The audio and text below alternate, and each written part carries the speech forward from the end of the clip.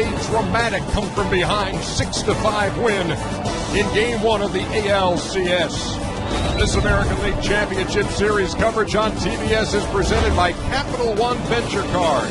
It's Game 2 in the best of 7, with the New York Yankees leading the Texas Rangers 1-0. Good afternoon, everybody. Welcome back to Texas. Ernie Johnson along with Ron Darling and John Smoltz. Now, if you want to call that win last night by the Yankees historic, that is not an overstatement. Never in their postseason history had they trailed by 5 runs going to the 7th and won the game. The question, Ron, is what did that take out of the Texas Rangers? Well, I definitely think it took some. They thought they had a win. They had a lot of great things that happened last night. One of the things that didn't, though, was the bullpen, which really struggled in the 8th inning.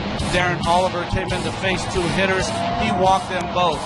Just one pitch from Darren O'Day. That provided a single to the left side. Another pitch to Robinson Cano, another bullet up the middle, and finally Marcus Thames with his broken bat hit. Really more of the same from the Yankees. In 11 postseason games against the Texas Rangers, from the 7th inning on, they've outscored them 16-0. The Yankees threw their ace in Game 1. The Rangers will throw theirs in Game 3. Smoltzy, where's that leave us in Game 2? Well, it really leaves us with an interesting matchup where both starters are having their second career start and coming off of really good starts. Neither one of them have given up an earned run. Phil Hughes was dominating in his start in New York against Minnesota, going 7 innings, and Kobe Lewis kept his team in the game without giving up a run. Don't let Kobe Lewis's 12-13 record fool you. He didn't get much run support, and look for this game to be nip and tuck. And I'm going to go with the guy that continues that streak, Ernie. Are you really? Yeah. More cutting-edge analysis on the way. The first pitch right around the bend here on TBS.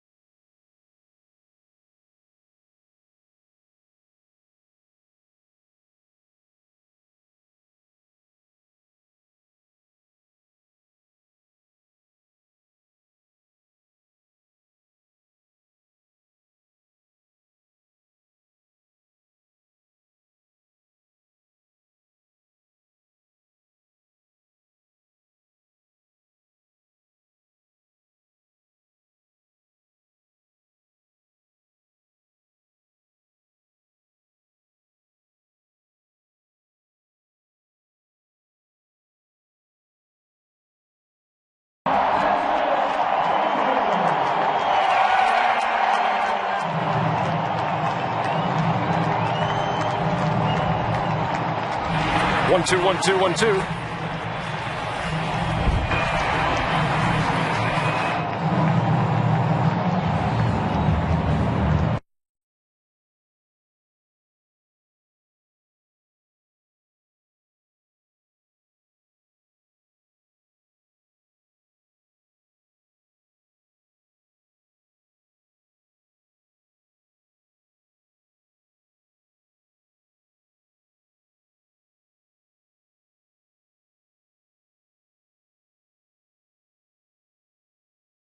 Temperature is 81 degrees, and we are ready for Game 2 of the American League Championship Series. The fourth member of our crew is Craig Sager. Segs.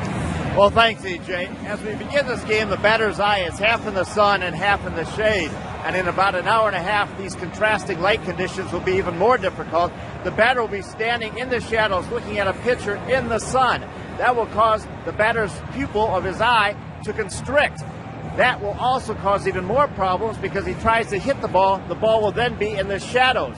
A batter tries to pick up the rotation on the ball, bottom spin for a fastball, top spin for a curve, spinning seams for a slider, and in these contrasting light conditions, the eye will have very little time to adjust.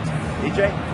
Thank you very much, Six. He's not a doctor, but he plays one on TV here at the American League Outstanding Championship Series. Here is the starting lineup for the New York Yankees.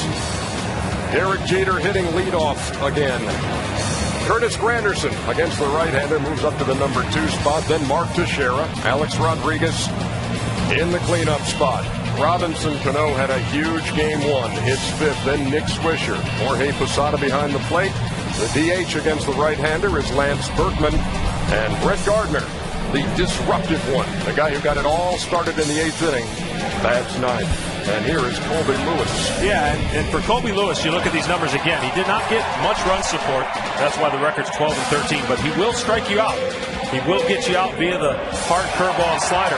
And it's always important in the first 3 innings of the game or the first inning of the game. But to Craig's point, you want to get to the 4th inning with the lead, and then you can do your magic when the hitting might be the toughest. Lewis has taken quite a route to this stage. We'll be chronicling that as his day goes on. But in the moment right now, it's game 2 of the ALCS, and he's facing Derek Jeter, who swings at the first pitch and fouls it away.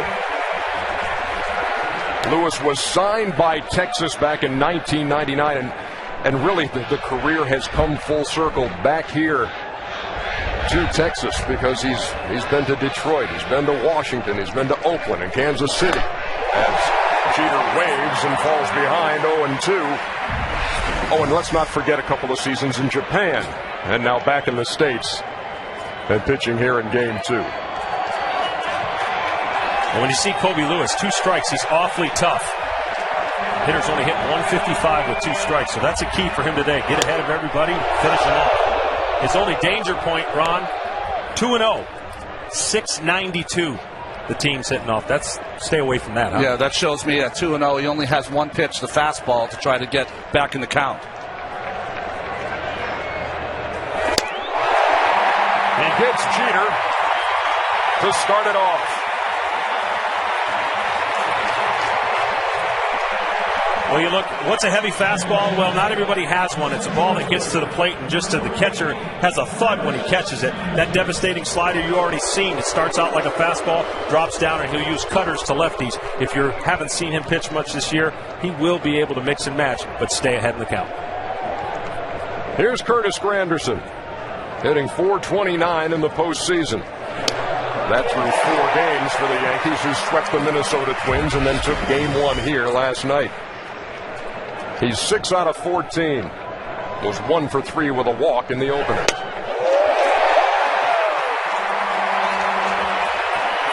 Colby Lewis has not faced the Yankees since the year 2003. A lot of maturation since then. Pops him up, shallow center. Andrews back. 2 up and 2 down.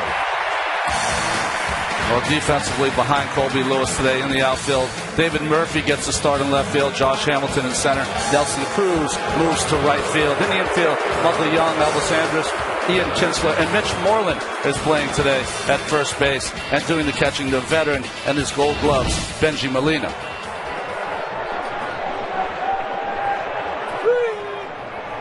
Lewis to Mark Teixeira. 1-0. Teixeira hitless last night, but a key contributor in the 8th nonetheless through one of those back-to-back walks from Darren Oliver. Grounds this to first. Moreland makes the play easily and takes it himself. A 3 up, 3 down first for Colby Lewis.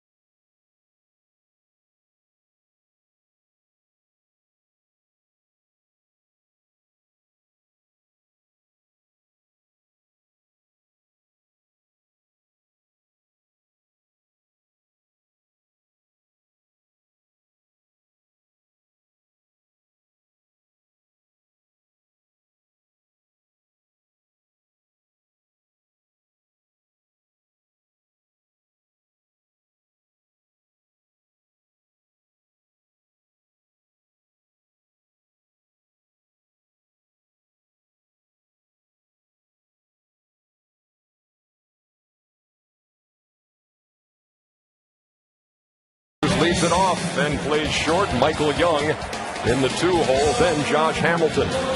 Vlad Guerrero hits cleanup, followed by Nelson Cruz, and then Ian Kinsler.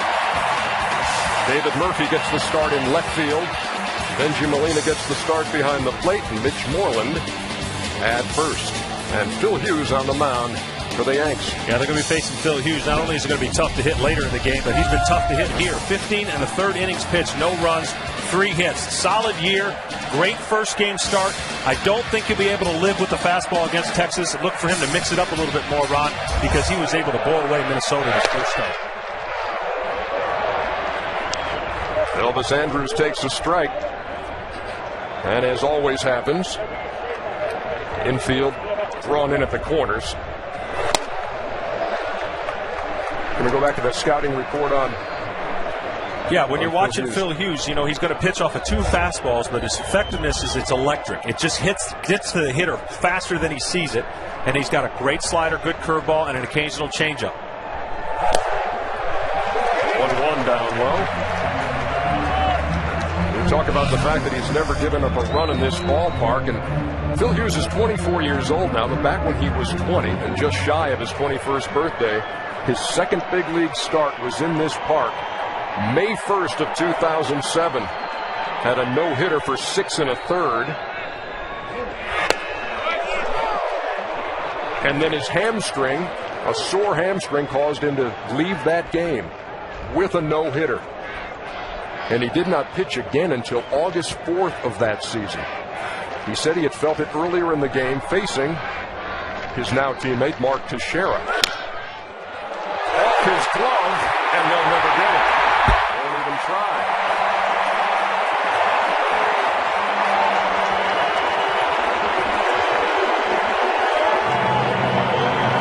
Ernie, is that a antler play or is that a claw play?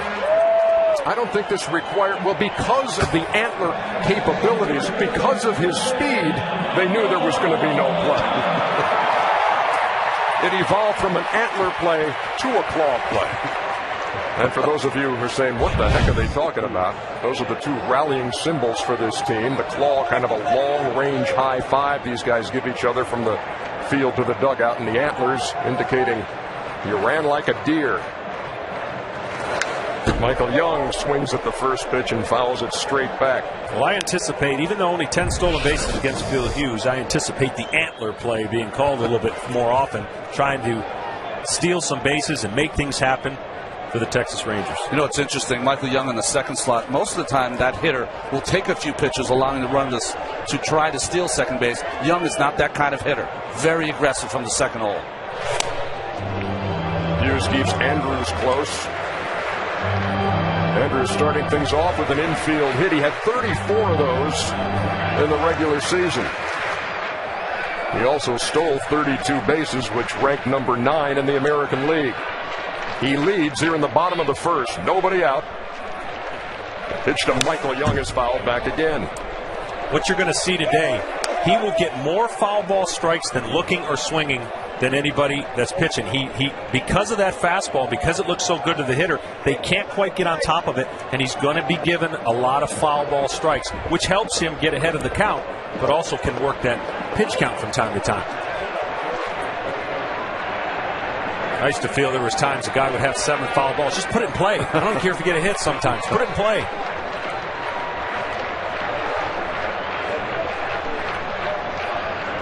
An 0-2 pitch.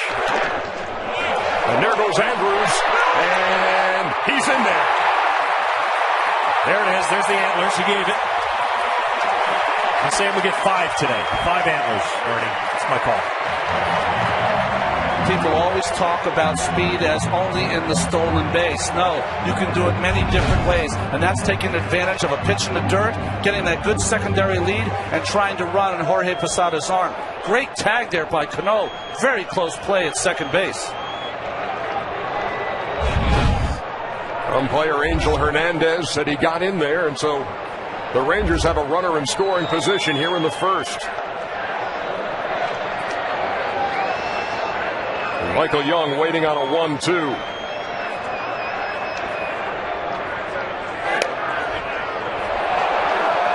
First strikeout.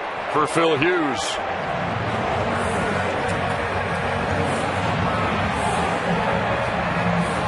Go back to that Andrews slide into second base, a pop-up slide. Watch Cano with a quick tag. Gets him on the knee, but it looks like the foot's in there just in time.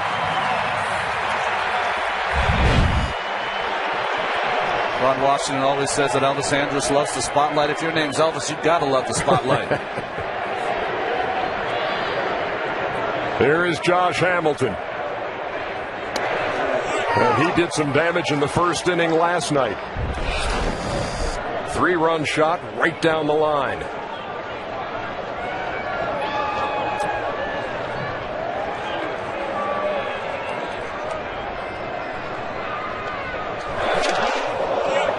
Quickly behind, 0-2.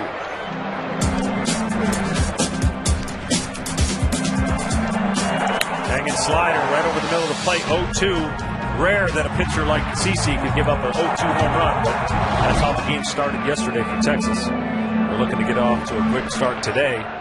Phil Hughes will have something to say about that. Hamilton 0-2 here.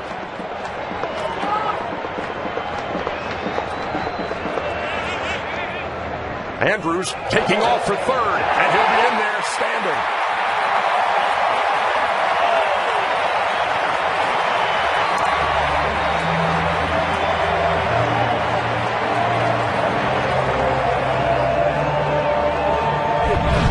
That's knowing the situation right here, Ron. You know you're going to get a curveball, or pretty much feel like you're going to get a curveball. It's the best pitch to go on. Now all you're hoping is that he can hang one so that the Rangers make contact and get on the board. Fly ball, ground ball gets him home. Fouls it off.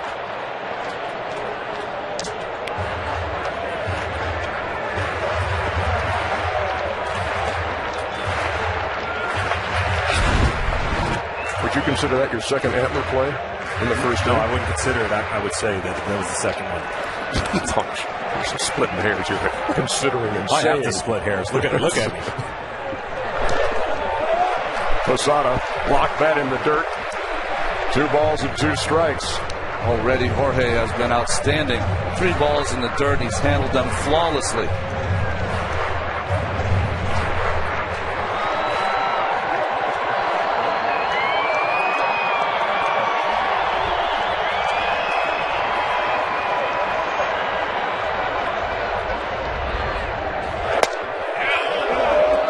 Inside, the count full to Josh Hamilton. I got to tell you, this is a great pitch. I know he didn't get the call, but he just locks him up inside.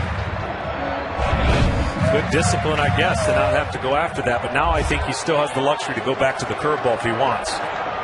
You see Vlad Guerrero waiting on deck. Payoff pitch. Fouled off at the plate. Not only fouled off the cap in the face of Josh Hamilton.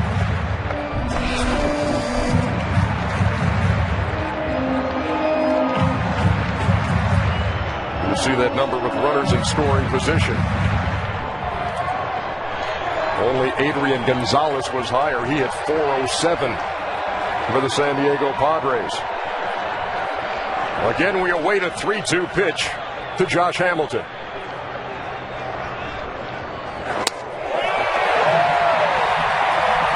They're on the corners with 1 out.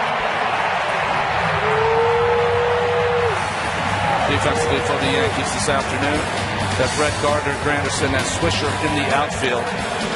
All the gold in the infield. Alex Rodriguez, Derek Jeter, Cano, who should get a gold glove this year, and Teixeira at first base, and the veteran Jorge Posada, 5-time All-Star. Well, here's the beautiful game you play. You know this guy likes to swing on the first pitch. 10 home runs on first pitch this year. What's Phil and Posada going to do to try and combat the ability for an aggressive hitter? He knocked in 115 runs, which was number 4 in the American League. He bats with runners at first and third and takes 1-0. Guerrero 0 for 4 in the series opener. He's 5 for 23 in the postseason. Good hard slider right there. Good discipline. He goes after that pitch. He pulls it more than likely to Jeter, and there's a double play, and they're out of the inning. To first and first. As Teixeira gave it a wave. You're right, John. When you're pitching against someone like Guerrero, you see all those great stats. First pitch home runs, great batting average, driving in runs. You try to find a stat as a pitcher that helps you. Grounded into 19 double plays, as you said. Andrews leads from third and Hamilton from first. Phil Hughes trying to work his way out of a first inning trouble spot.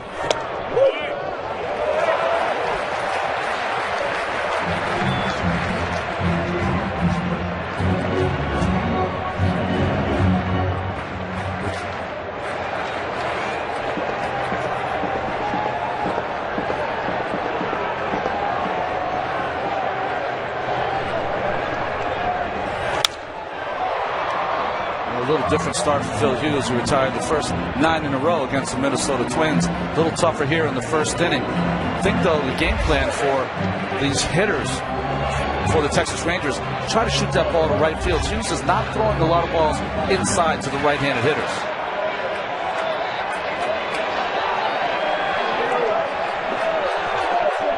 Throw over and Hamilton back, and Andrews danced off third at the same time.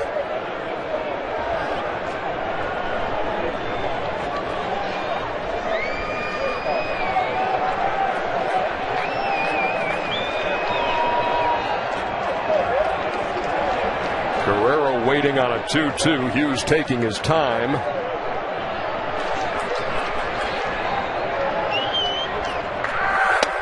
And he got him. Big pitch by Phil Hughes. Well, that's being set up. When you get Guerrero to take this kind of swing on a 2-strike count, he was feeling inside, looking for a breaking ball, surprised by the express.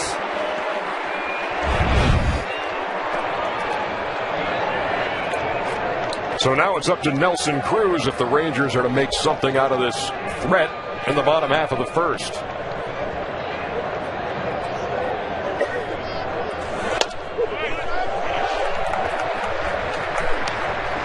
In the first game, out of 74 fastballs, he threw 54 strikes. Didn't really have to go to much of the breaking pitches, as we mentioned. Here, he's been able to use a complement of curveball, sliders, and setting up his fastball, which again has been awfully hard to pick up. Cruz fouls it straight back. He has 3 home runs in the postseason, all of those coming in the Tampa Bay series. Was 1 out of 3 last night with a walk. It's got to be demoralizing here if you don't score, though. I mean, last night missed a lot of chances to add on to their run total. Did not do it. And here had a chance to score early. We'll see if he can get a hit off Hughes. Hamilton running. The throw by Posada. They've got him hung up. And now back to the plate. And Andrews is going to score. Not the straight steal of home, but a steal of home nonetheless. As the Texas Rangers on the board. Well, this is a mistake by Jorge Posada. What you have to do on this play is you have to look to third first. You have to look the runner back at least with one glance, and then you can proceed to second. He never looked at the runner, proceeded straight to second base. As soon as Andrews saw that he did not look at him, he came down that line. Too much speed for Andrews not to score. By my count, that's 3.5. I'm not going to give 4 antlers because he stopped on that play to get the third guy. So 3.5 antlers. We'll try to keep up with that as Cruz cuts right through it. To your point, Ron, if you're the pitcher, you're a little bit upset because you're in command. You've got 1 pitch or 2 pitches away from getting out of that jam, a pump fake or something. You know what Texas is trying to do, and it's a cheap run. That's a college play right there that worked in the Major League postseason. Foul back, and you could tell as Hamilton took off for second, he got near the bag. All he wanted to do, if he had to, was get in a run down, let the run score. Yeah, because he was out. I mean, he wasn't going there to try and necessarily going to swipe the bag. He wanted to draw the throw, which he did, stop, and then the runner was able to come home.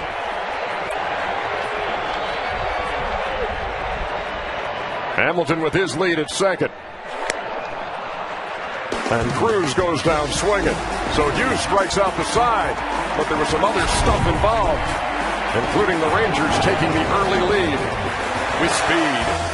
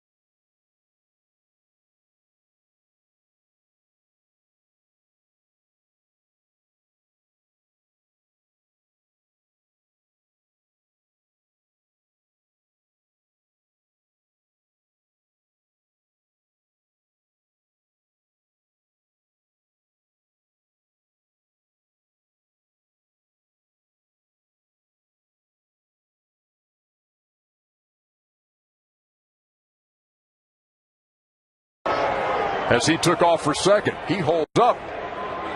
And as they throw through, he said, if I'm going to get in the rundown, fine. Andrews motored across with the first run of the game. There's many things that got to happen there. Posada's got to look the runner back. And once Cano knew that he did not have a play at home, he needed to get Hamilton in the rundown and tag him out to thwart any further damage. Alcs Rodriguez leading it off here in the top half of the second. Jorge wants to stand tall, take a glimpse at third base, but he does not. Straight at second. And I think because of all the stolen bases and kind of the sensitivity of the Yankees in giving up the stolen bases, he really took a shot at Hamilton. Rodriguez in the air to left center field, and Josh Hamilton over, one down. Those three stolen bases by the Rangers in the bottom half of the first tied an LCS record for stolen bases in an inning. It's a tough way to give up an earned run. You strike out the side, nobody had done anything other than an infield hit. I think you're right, John. The worst thing you can do there is maybe fake the second base, keep Andrews close at third base, and what's the worst thing you have? 2 strikes on the hitter. You have Phil Hughes throwing his good stuff and get out of the inning with a strikeout. Well, here's Robinson Cano, 3 out of 4 in the opener. Had a homer, knocked in 2 runs. And for the postseason, hitting .438, 7 for 16, with a homer and 3 RBIs.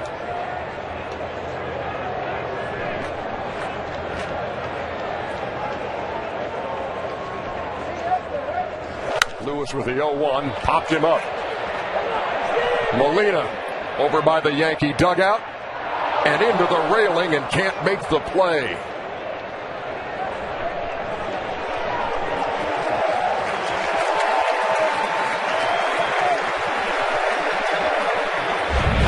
veteran Molina really took a shot here, trying to make a grab of this, and hits that bar. Gets him right in the chest. He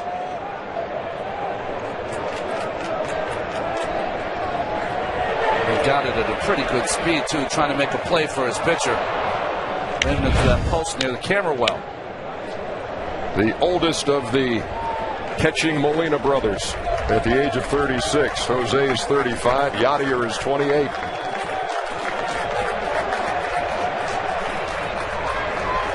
An 0-2 to Cano.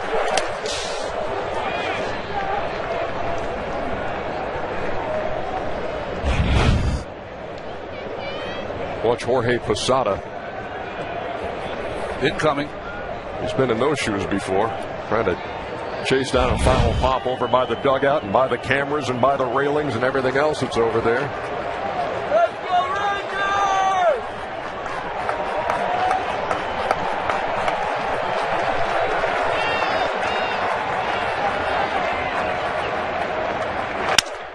That ball is hit hard down the line, but foul. Last night, Cano certainly turned on one. They've got the Yankees on the board. Wilson had not given up a home run to a hitter since 2008. But it doesn't matter what you throw Cano right now. He's getting the best swings of anyone in that Yankee lineup. He broke his bat on that swing and hit the ball out of the ballpark foul. Talking to Joe Girardi today, too. It was such a big hit, even though at the time it only made the score 5-1. He said, but it sparked. You know, that was the thing that got him going. It preceded that massive 8th inning rally that decided game 1.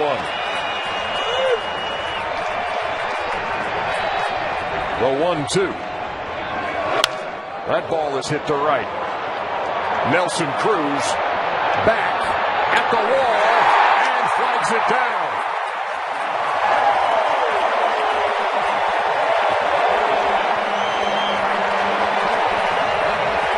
Even when you get him out, it's an adventure.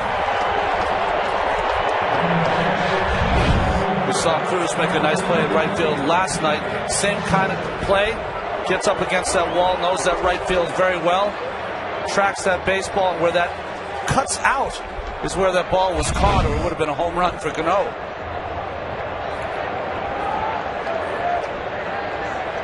So 2 up and 2 down here in the second. Here's Nick Swisher.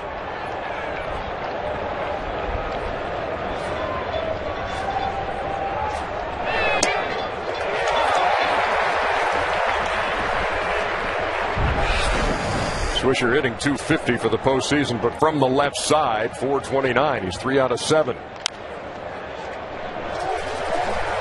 There's Mick Kelleher, who makes the play over there, the Yankee first base coach, and it's good to see Mick having fully recovered from the incident in Game 3 of the ALDS when that ball was deflected on the throw and caught him below the belt line. Yeah, he's bouncing around pretty good, Ernie. The 0-2 to Swisher. That ball's hit hard into the right field corner. Cruz fields it off the wall, and Swisher motors for second, and he's in there with a slide. 2-out double for Swisher.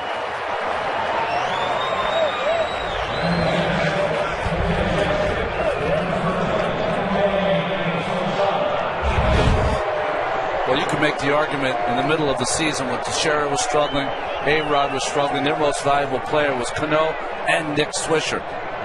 Breaking ball left in the middle of the plate, John. 2 outs. Hopefully not much damage done with 2 outs. You don't mind giving up 2 outs hits. You just don't want to give up 2-out hits with runners in scoring position. Swisher out there at second for Jorge Posada.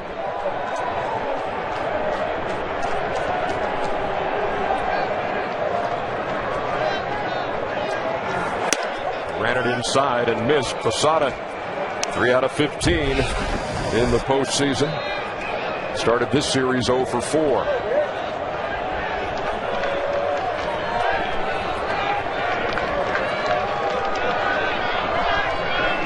Lewis at the belt, and here it comes. And missed again. 2 balls and no strikes. This is the one count he wanted to avoid. 2-0, base open. Going to hit all the hitters to see how he attacks Jorge behind in the count. 3-0. The DH, Lance Berkman, is on deck. And you made the point during the ALDS.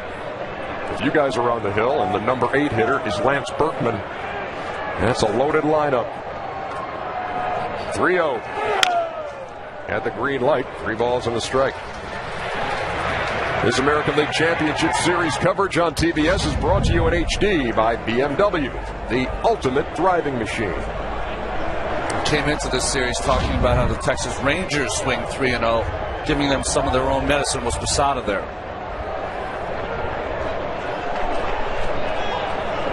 Rangers scoring once in the first. Yankees trying to answer right back here in the top half of the second. Posada wants time.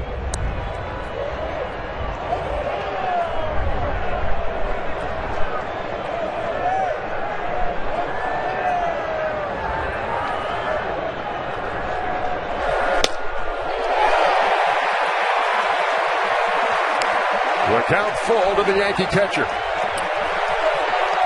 Remember that pitch to Josh Hamilton that was down and in, not called a strike to Phil Hughes? Posada saw that pitch the same place. I thought he had a walk.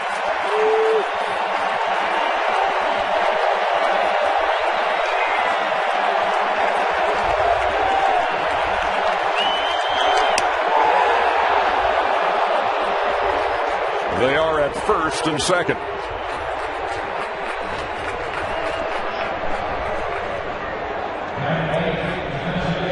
So now Lance Berkman comes to the plate as Mike Maddox makes a trip to the mound to talk to Colby Lewis.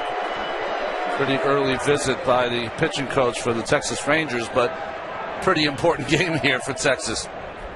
One of the things you got to be careful with Lance Berkman. I mean, you can fool him down, but he's so strong down, as we saw earlier in the series at Minnesota.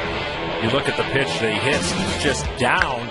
This one over the middle of the plate, sets his bat down. I already talked about that. That's a homer when he does that. And then this pitch down. You'd think, no way can he hit it off the wall or deep over the center fielder's head. He does. Good extension. Try to get him out up, maybe in, but be careful with pitches down. Actually laid it down on the double, too. So he lays it down as extra bases. He lays it down. He has gotten good wood on the ball. So he appeared once in the Minnesota series and went 2 for 4. Those extra base hits. Did not play last night. And against the righty, he's the DH today. Takes 1-0. You know, a lot of guys, before a series, once you clinch and you're moving on, people say, well, who do you want to play in the next round? Everybody says, well, it doesn't matter. Lance Berkman said, I want to play Texas. I'm a Houston guy. That's why I was playing. Know a lot of people down there, and that's who I want to play. And he's got his wish.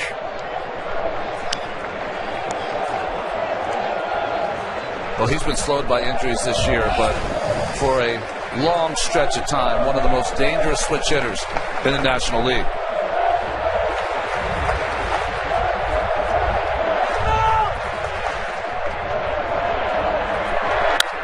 That ball is hit right on the button to right, and Cruz got turned around but made the play. He hit that well, but the Yankees with nothing to show for it. We head to the bottom of the second.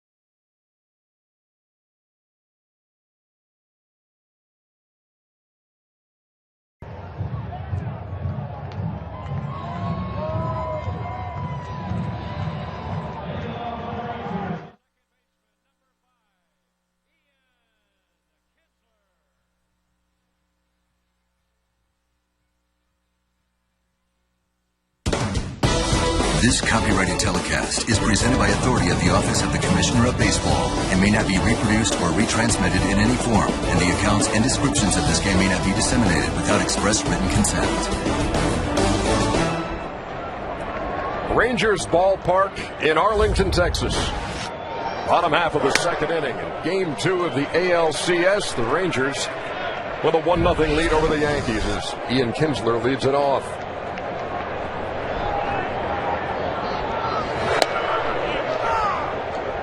Kinsler 0 for 2 last night, walked a couple of times, and boy, one of the hot topics of conversation at kickoff at the hands of Kerry Wood, with the Rangers down 1 in the 8th. Well, Kerry Wood did not give him a good throw the first couple of times over there, but gave him a little bit of what Ron Washington called the Bach move. Moved that front knee a little bit, caught Kinsler cheating. Fouls it back. And here it was with Kinsler with the lead, and watch the move by Wood, got him leaning, and he never had a chance as eventually Derek Jeter applied the tag. And the credit in the New York dugout went to the bench coach Tony Pena, who called it. That pitch inside. If you are a catcher of his renown when he played, he has a great feel for the running game, and he is the one that will give those signs to Jorge Posada to tell the pitcher to throw over. 2-2 is inside, the count full.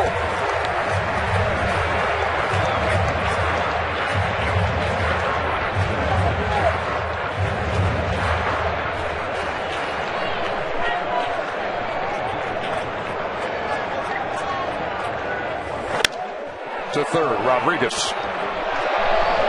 Across to Teixeira, 1 down.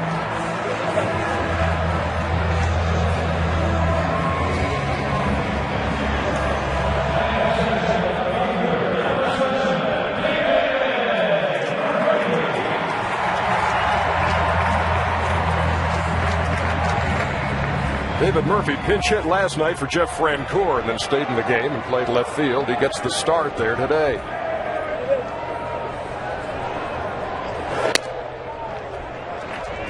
Found that an odd move by Ron Washington last night. Jeff Francoeur had some good numbers against Jabba Chamberlain. Plus, they were winning the ball game, and Jeff is a superior defensive player to David.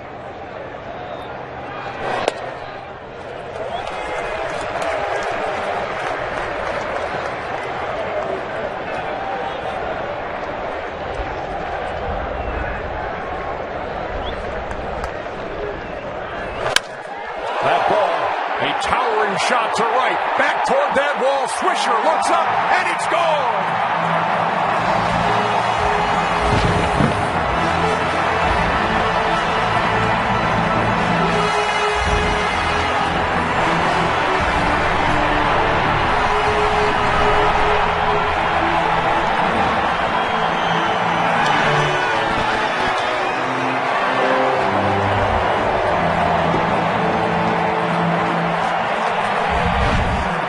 David Murphy had an injury at the end of the season that slowed him somewhat. With all this time off, he's been able to heal, and an outstanding season this year, even in the power department, and a long home run to right field.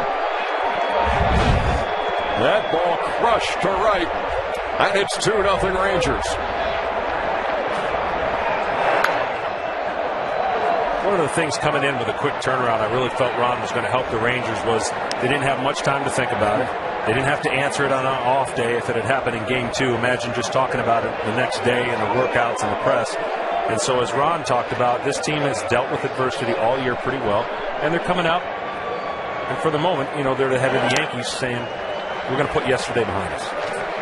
I think the key is you can't dwell on it. As a man, you have to look in the mirror and you say, not on my watch. When I'm out there pitching, I'm going to get the outs that I need. When I'm taking my at-bats, I take a good at-bat. Dwelling on the numbers of what has happened is putting you in harm's way.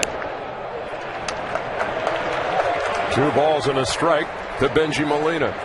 Well, the first pitch of this game roughly 16 hours after the last out of Game 1 here in Arlington.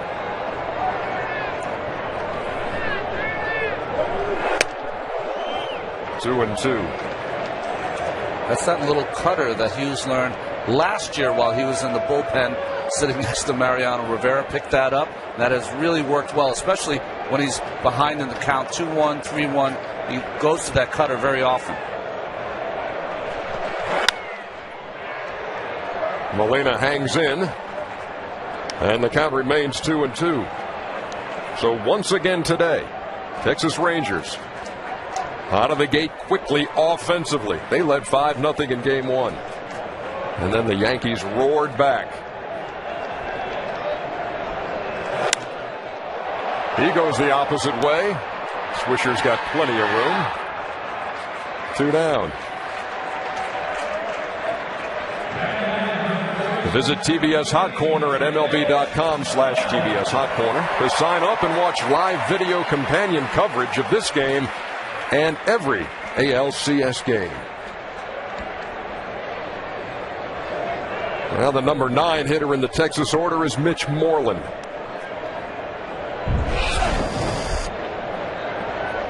He's got kind of an interesting story to tell, too. He went to Mississippi State. And when he came to the Ranger organization, the GM, John Daniels, actually asked him and brought it up with him, consider pitching. That was a couple of years ago. And he was playing in low A ball. And he had a couple of blowout games. And the manager looked around and said, who wants to pitch? As he lines this in the right center for a base hit. He put his hand up and said, I'll throw. Went out there and threw about 90 to 92. And then Daniels brought up the idea maybe of pitching, and he said, I believe in myself at the plate. Please give me another chance. And he has been lights out at the plate. And when you can hit, they'll find a spot for you. You usually make a good decision when you decide to leave a Mississippi State guy at first base. Yeah, exactly. C. Will Clark. C. Rafael Palmeiro.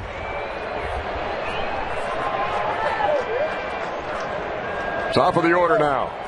And Elvis Andrus with 2 out, 1 on, and 1 in. That's hit sharply up the middle.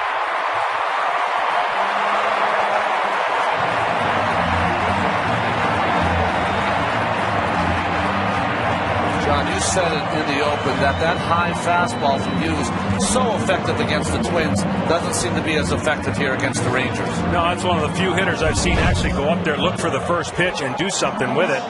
Andrus is not your prototypical power guy, so he stays up the middle and he's going to get base hits.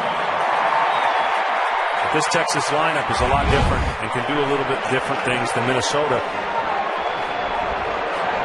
Angel Hernandez had to be on his toes on that shot by Andrus. They're at first and second for Michael Young. Caught looking his first time.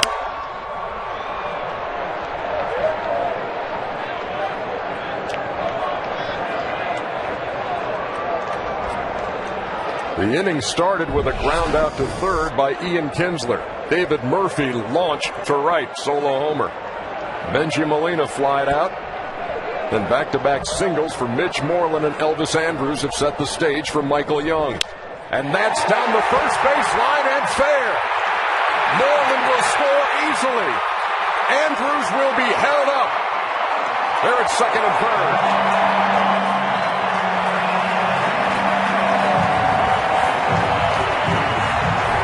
Their veteran Michael Young in his first postseason, he had a big 2-out hit last night's game in the 4th inning, and here with another big hit down the right field line. You can tell from his swing, he was going to right field the whole way. A real nice play here by Nick Swisher to get that ball off the security guard there and get it in time to stop Andrus from scoring a run.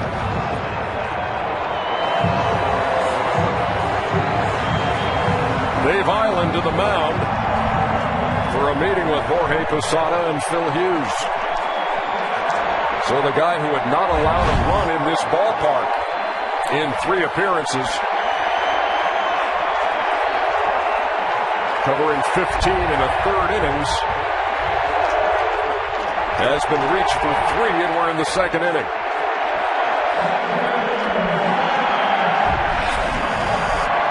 Josh Hamilton hitting in his favorite position, runners in scoring position. Joe Girardi trying to call timeout. Not getting anyone to pay attention. Finally, Cano came in talk to Angel Hernandez and see maybe if they've decided to walk Josh Hamilton, and they have. That's the play here to go against Guerrero with the bases loaded.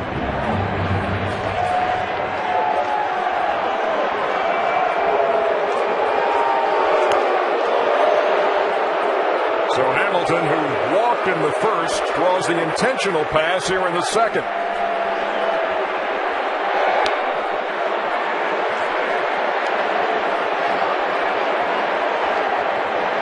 Well, John, this is the right play. You got to get Guerrero up, who didn't look very good in his first at-bat. The only problem with Guerrero, you could make your quality pitch, and he could hit it off the center field wall. Well, what's amazing about situations like this, had Michael Young only hit a single, they would have pitched to the MVP candidate. But because he went to second, and you should, you give a base open, and they're going to walk him. A lot of that went on in Barry Bonds' days when he was so good. A lot of the guys in front of him knew, stay at first. They actually wouldn't go to second, so they would pitch to Barry Bonds and give him a chance to drive in some runs.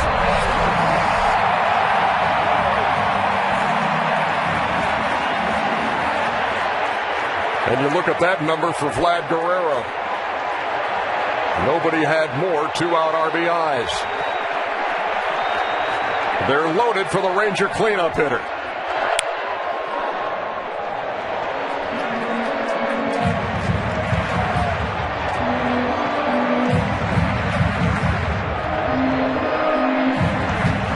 Elvis Andrus at third. Michael Young at second. Josh Hamilton at first. Rangers already lead at 3-0.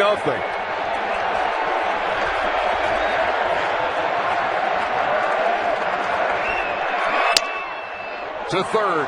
Rodriguez wins the race to the bag. And that retires the side. But the Rangers strike for two, including a solo shot by David Murphy. We're heading to the third.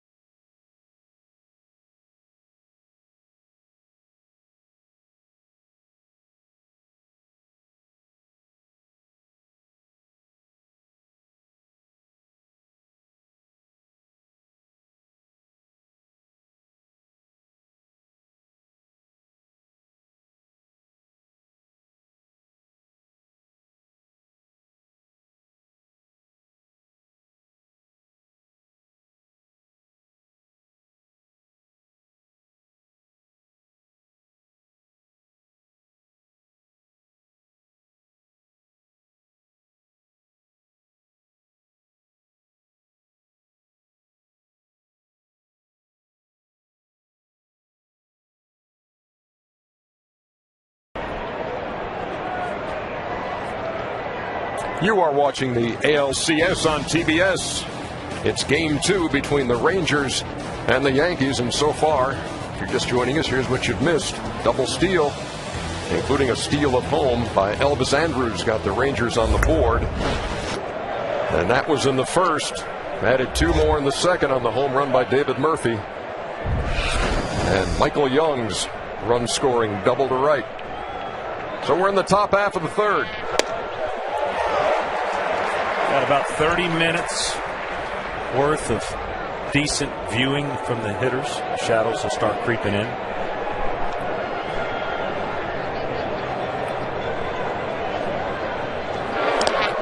Brett Gardner with that big hustle play in the 8th inning last night. It was just interesting. Joe Girardi said of all his players, the time off really was best for Gardner. He had a wrist problem at the end of really got in the middle of the year. That really plagued him all year and was able to rest it here in the postseason.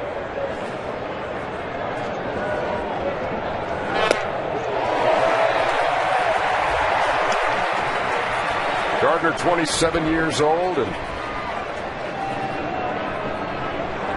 before that game, C.J. Wilson had talked about how disruptive he was at the number 9 spot in the order, and wouldn't you know that it was his play, the one that started the big rally in the 8th inning as he dove headlong. Well, it was a very difficult play, but there's 2 things that could have happened. Cantu could have really charged this ball a little more maybe, and Wilson was a little late getting there, but didn't get the ball until late also. And just that hustle play by Gardner, great speed. Yeah, it's harder to run to a base anticipating a ball versus getting it and running to the base, and that's just something you work on in spring training. But of course he wasn't here. He was a late acquisition, but you got to get the ball to the pitcher as soon as possible so he can actually go straight line to the bag. Gardner, who works a lot of counts, has it full.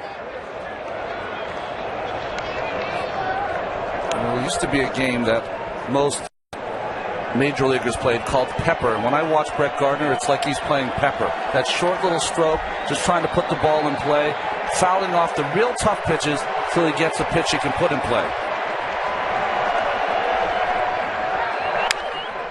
3-2 was fouled off. Earlier this year, he picked up a few infield hits in one game, and Ron Washington, in fact, had said, looks like they got another Ichiro on their hands over there.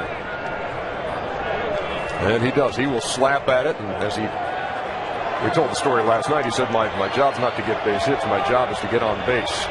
And he does that. Again, fouls it off. We just saw a shot of the infielders, and I'm surprised with as tall as the grass is, how deep they're playing with a guy like Gardner. I know it's 2 strikes, but that's even more of a defensive swing to just slap it in the infield. So they're going to be relying on their arm to throw him out. Ball's hit to center, and Josh Hamilton makes the play for the first out of the third. Here is this afternoon's John Hancock leaderboard. And this one centers on the Yankee captain, Derek Jeter, in those all-time numbers in the postseason. In fact, almost lost in all the action of the 8th inning last night was the fact that when Jeter scored, it was the 100th postseason run he has scored. Only big league player to ever do that. He struck out his first time and swings and misses at the first one from Colby Lewis.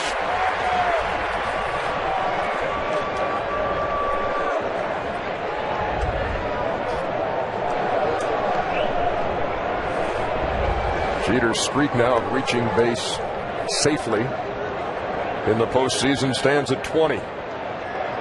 He was 2 out of 5 last night.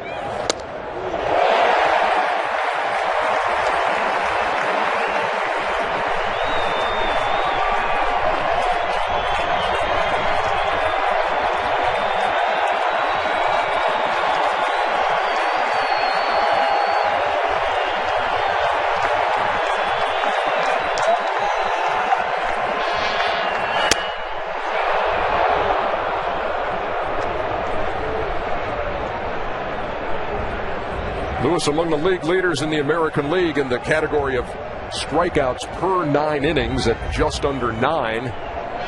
He has struck out 1 so far as we play in the third, and it was the guy at the plate, Derek Jeter, who takes inside 2-2.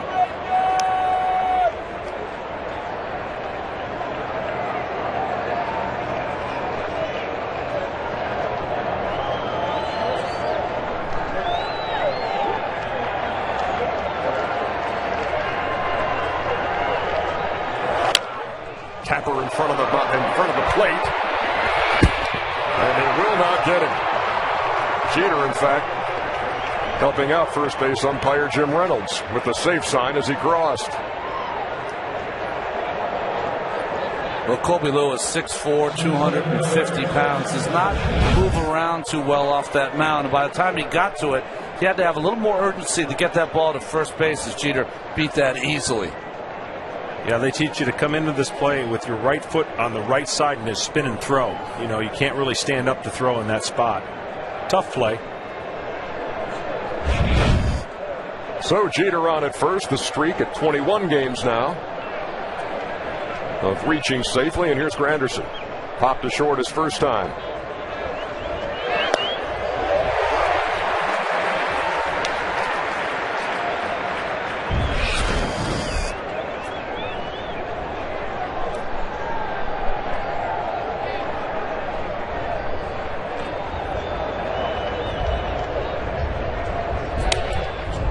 Throw over there by Lewis, but Jeter is not getting any lead at all, maybe 2-3 steps off the bag.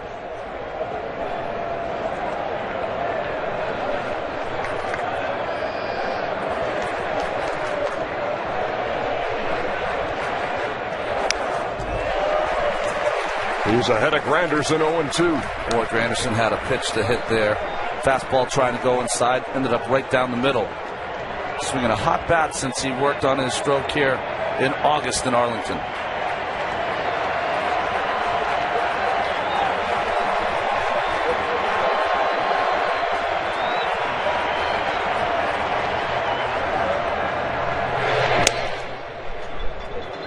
The flick of the thumb, as we saw from Benji Melita, tells the pitcher Colby Lewis to throw to first, trying to keep Jeter close.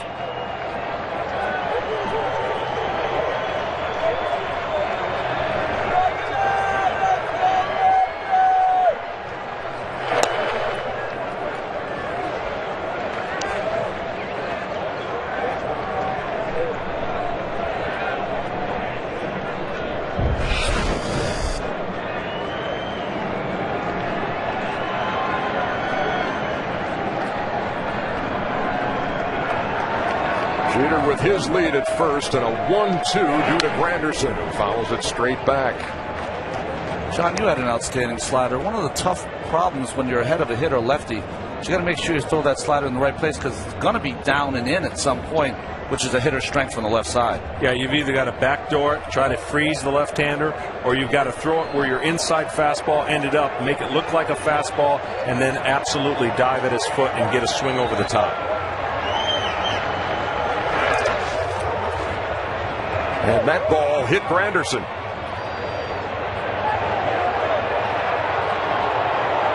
And I have a feeling there will be some discussion, or will there? Well, Benji Molina's not sure, and now Ron Washington wants some clarification. Well, it was a breaking ball in the dirt, and Granderson proceeded to first base right away after the ball bounced. This ball bounced in front, a little curveball inside. Hits him right on the kind of the left knee. Just really scraped that right knee. Didn't hit it hard. And Granderson proceeded to first. Tony Randazzo behind the plate made the call. And they're at first and second.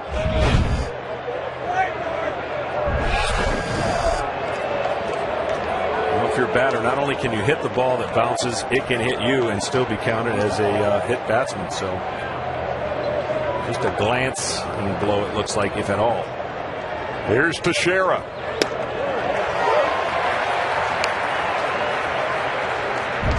Those shadows you spoke of, John, making their way onto the pitcher's mound here in the top half of the third.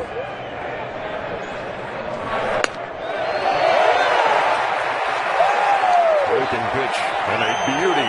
0-2. Teixeira telling the home plate umpire Randazzo, that ball's high. It's not breaking until too late. You might have a case.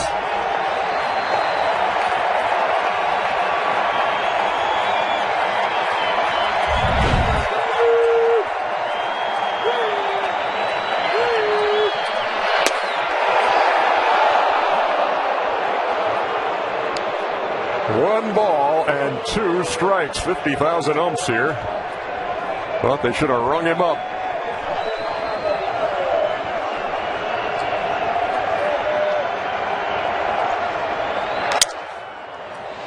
Just a little blooper behind the bag at second, and Elvis Andrews makes the play for the second out.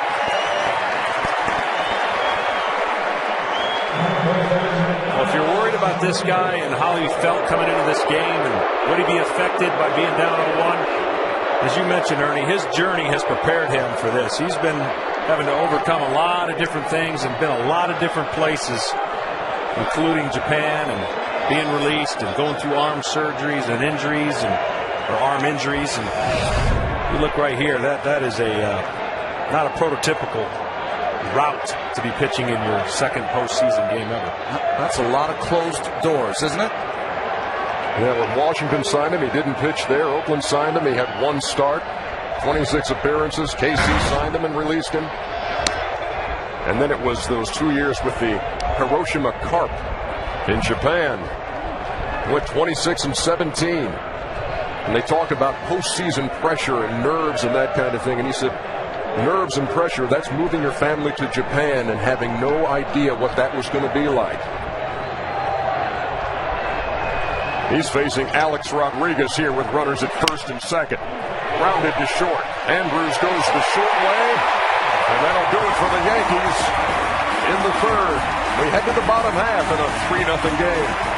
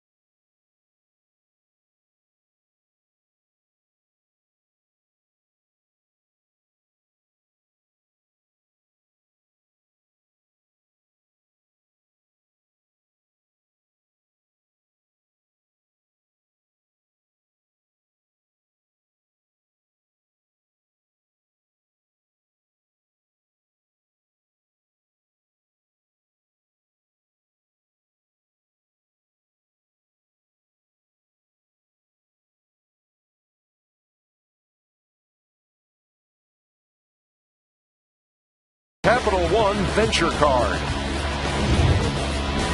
We move to the bottom half of the third inning. Texas Rangers trying to even the series with the Yankees. It's a 3-0 game. Nelson Cruz swings at the first pitch from Phil Hughes and fouls it back. Cruz struck out in the first.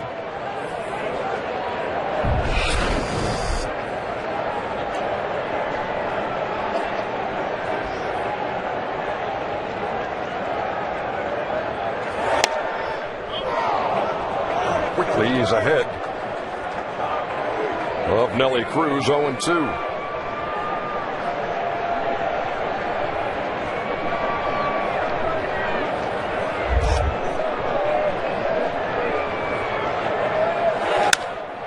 That ball's hit to right.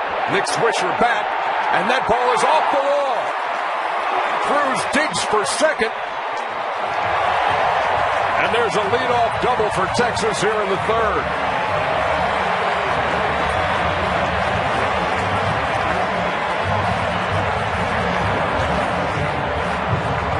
Well, Texas fans have known for a long time, and the rest of the country is finding out how strong Nelson Cruz is. That ball jams him inside with an inside-out stroke. He hits it off the top of the wall, almost a home run to right field. Ungodly power. Untapped yet for Nelson Cruz. So here's Ian Kinsler. Rodriguez in on the grass at third. Kinsler lays it down. Rodriguez had to make the play, and Cruz easily to third with one down. Kinsler does his job. We talked about it before. Infield hits, sacrifice bunts, going from first to third, and just a perfect bunt there by Kinsler. You want to make the third baseman field the baseball, and he did. And I love that play because all you don't have to make a perfect bunt. You know, just make him field it. Nobody can get back to third base. You're in position to add on. The infield's in. It just helps the hitter in every situation. Here's David Murphy, who played some long ball in the second.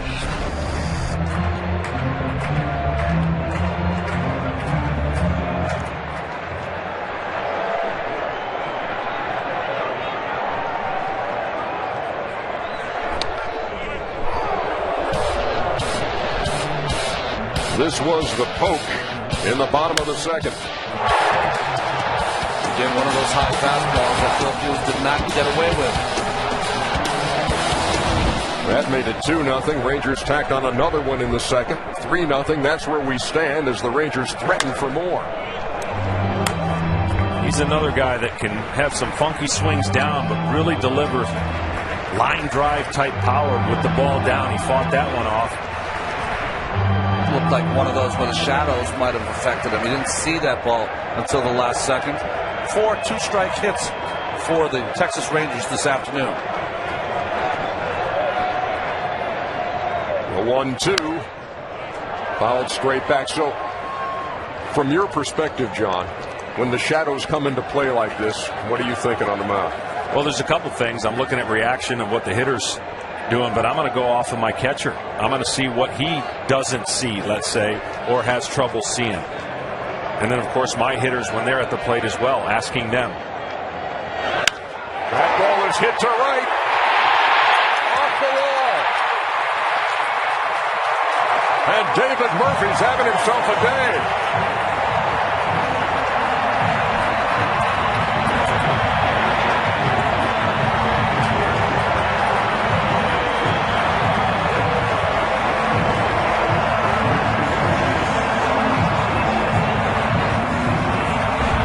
Here's an example. You've got to be able to bounce this ball. That ball's down where he hits it. You see him make that good move down. Probably a pretty good golfer, too. But he just ropes that ball for a double. Keeps the mojo going for the Rangers as Dave Island's going to use this time to slow the game down a little bit for Philip Hughes. Well, if they wanted to show their fans that did they have any lingering doubts from last night's game, so far so good for the Texas Rangers. 5 two-strike hits, as Hughes' curveball has not been as sharp as it's been in the past.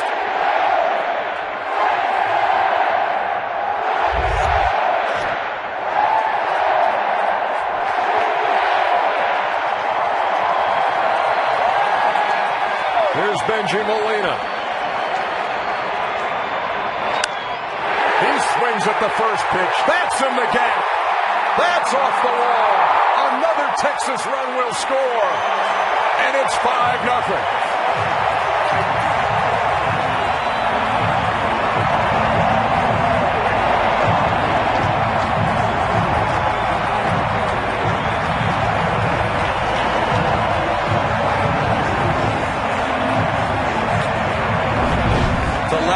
have been pulling the ball off Hughes. The right-handers have been going the other way. Nice first ball hitting from Benji Molina, who always seems to come up big in the postseason. Drills this double to right center field. Reaction from the Texas bench. Ron Washington might make like a third base coach again. Borderline antler play there for him to get the setup. Oh, that's called. Now, when he hit for the cycle and finished it with a triple, that was big-time antler play. Happened in Boston. Here's Mitch Moreland. He singled his first time. We're in the third. The Rangers have 8 hits. The 7, 8, and 9 hitters in the Texas lineup are 4 out of 5 with 3 runs batted in. That ball is hit to left. Gardner flags it down.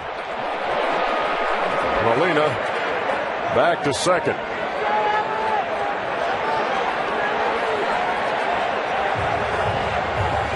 So Phil Hughes, we talked about the fact that in his second big league start, when he got his first major league win, he had taken a no-hitter into the 7th inning in this ballpark before an injured hamstring knocked him out of the game. On May 25th of 2009,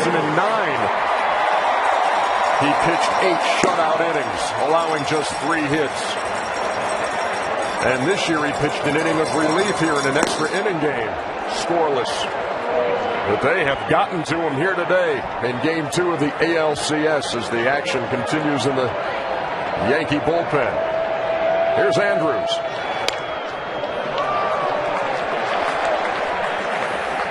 We are in the bottom of the third, and it's the third time Andrews, their leadoff hitter, has come to the plate.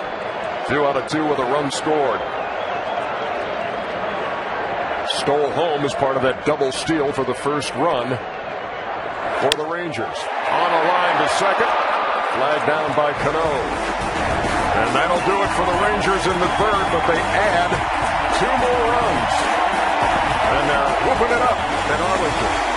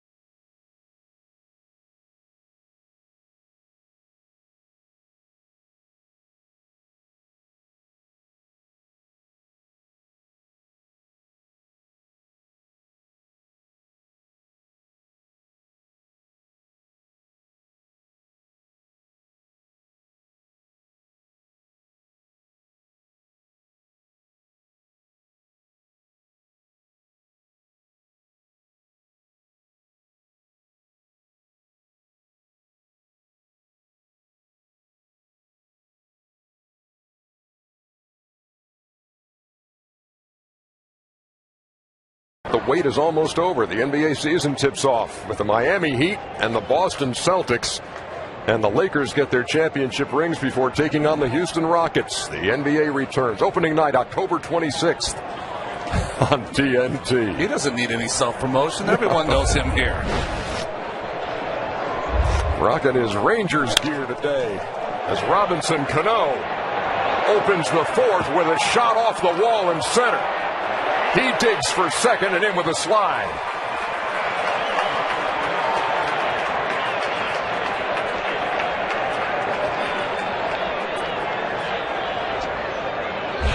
But has Robinson Cano hit anything but a bullet every time he comes up? A bullet in his first at-bat, line drive to right field. And this one, he gets over the head of Hamilton, who makes a fine play off the wall barehanded and gets it in quickly.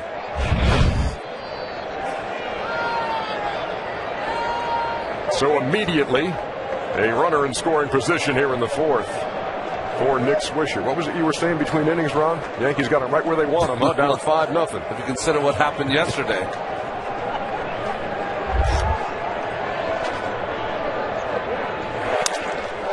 That ball gets away from Molina. Well, you don't see Benjamin Molina miss the ball very often. I would think that maybe was a cross-up between he and Lewis, but he's not going out there to talk to him. Oh, he just went on the other side of the plate. He was expecting a little running sinker on the outside part of the plate. Held on to it too long, and it ended up on the inside corner. John, back to the point you were making about shadows and about asking the catcher, what are you having trouble seeing? You know, maybe that's an indication of what the hitter's having trouble seeing, but you find in these conditions, too, that it can be a little dicey as the pitcher in this situation, too. Yeah, there's no doubt. I mean, you don't pitch in too many of these situations where you get a drastic change of light. And I think the one person to leave out of the equation is the home plate umpire. It's got to be difficult for him, too, to maintain his strike zone.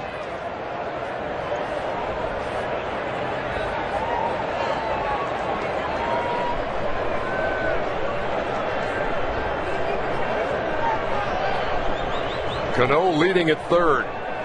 Swisher waits. And it's a ball and 2 strikes.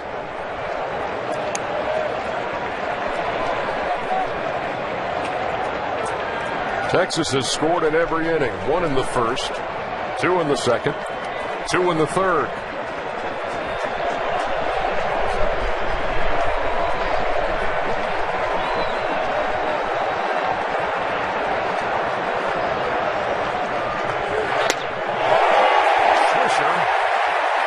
Takes a call third, 1 down.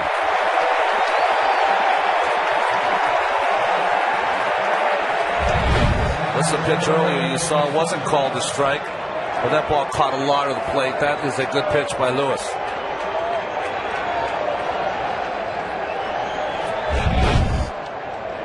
That's his second strikeout, and here's Jorge Posada through a second inning walk.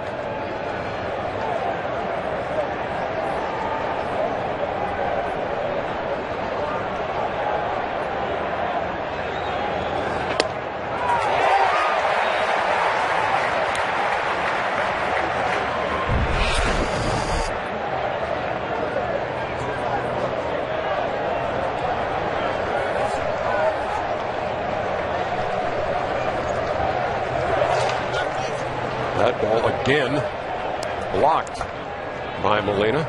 One of the things Kobe Lewis led the staff this year in shutdown innings, and what that is, obviously, when your team scores, you come back up and put a 0, and he's done that 3 times. But coming into it, it's 2.55 ERA, best among Texas starters. He wouldn't mind doing it every inning, having to be tested. There you go. Rangers obviously willing to give up the run for an out here. Got the strikeout from Swisher. Posada puts this ball in play on the ground, or a fly ball. The Yankees on the board. They're down 5-0. They set him up with that first pitch fastball in. We'll be seeing if he tries to throw that curveball down on his feet and get a swing and miss, and maybe try and squeeze out of this without giving up the run.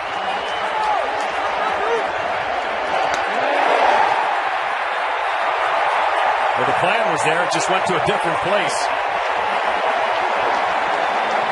Back-to-back strikeouts with a runner at third. Now it's up to Lance Berkman.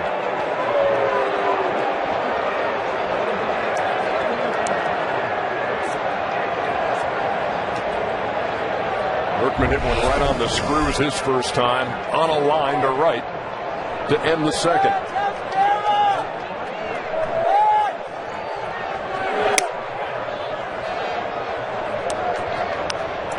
Berkman's line drive came on a hanging curveball from Lewis. It'll be interesting how he uses that against Berkman this time.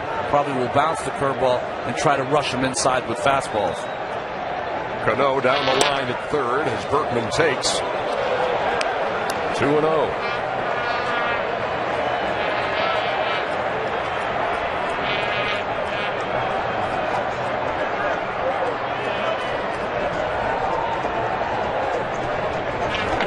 That ball's hit hard off the glove of Moreland at first. Berkman makes the turn, and now he's caught off the bag. They got him in a rundown. They tag him out, but the damage already done. He gets the Yankees on the board as Cano scores the first New York run. We're in the middle of the fourth. It's 5-1.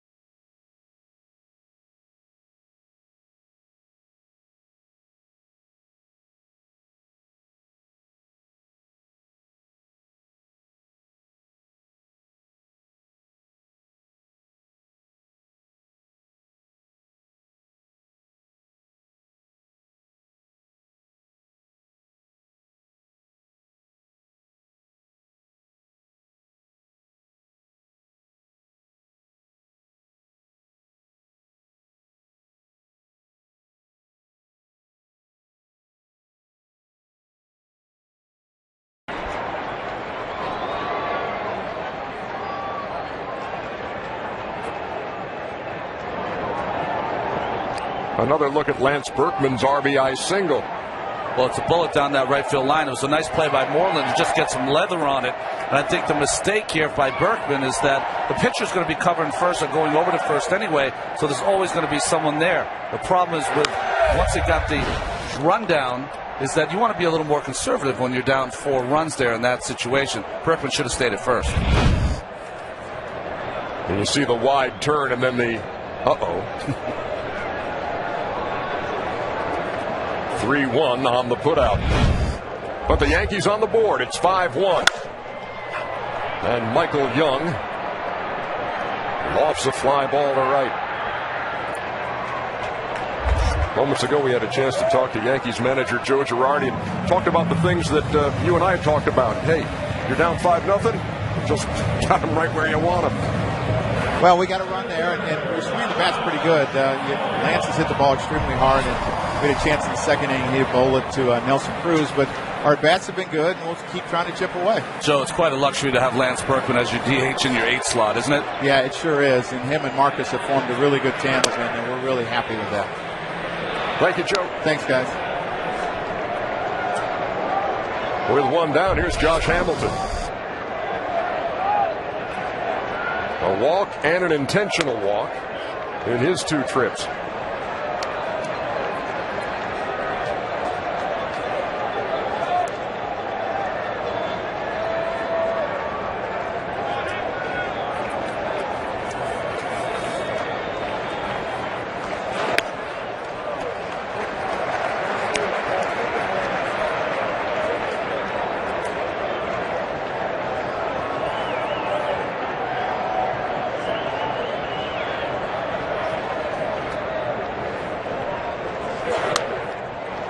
High and away with the 2-1. Hamilton ahead in the count, 3 balls and 1 strike.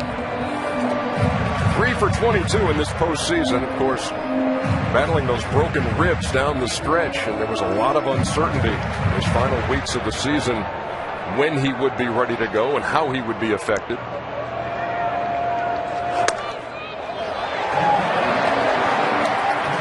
Has not put the ball in play today, and he's on for the 3rd time. But you know what's interesting? He said that in the division series, he thought he was too aggressive, trying to do too much. If they are going to walk him, he has to take those walks to help his team.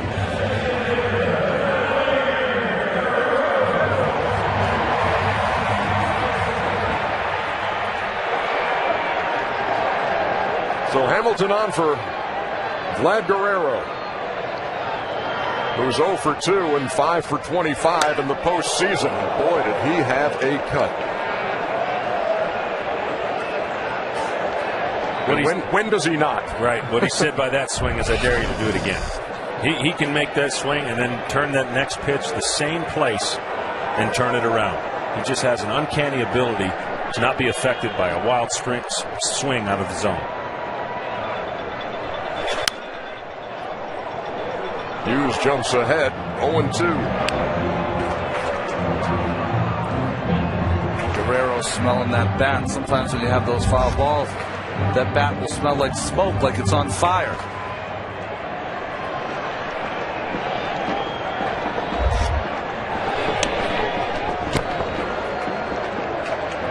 So Phil Hughes about to deliver his 79th pitch here in the 4th.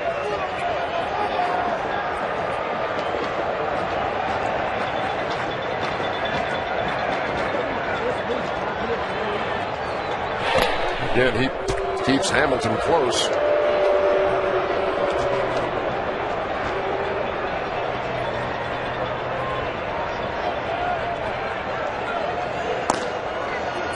Jabba Chamberlain, who made his first appearance of this postseason last night with a scoreless inning. And you think about that New York bullpen last night. Came out huge. Dustin Mosley got the win last night with 2 solid innings on his wife Carly's 28th birthday, so that was a cool little present for her. She was here for the game. That's one thing when you go to the ballpark knowing your guy's going to pitch. She's here with family and things last night, and all of a sudden here comes Dustin in game 1 of the ALCS. I don't think that saves you from getting a present, though, Ernie, does it? Oh, it wouldn't in my house.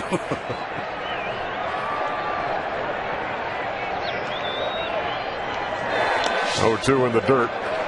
Smoltz remaining silent on that issue.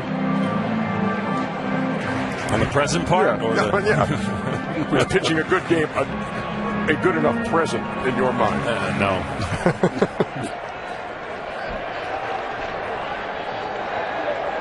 A ball and 2 strikes to Guerrero. Hamilton with his lead at first. And there goes Hamilton. Ball hit to right. Swisher makes the play, and they're going to double him up easily at first. Guerrero stung it, but Swisher made the play. And Hamilton had no chance to get back. 4 innings in the books in Arlington.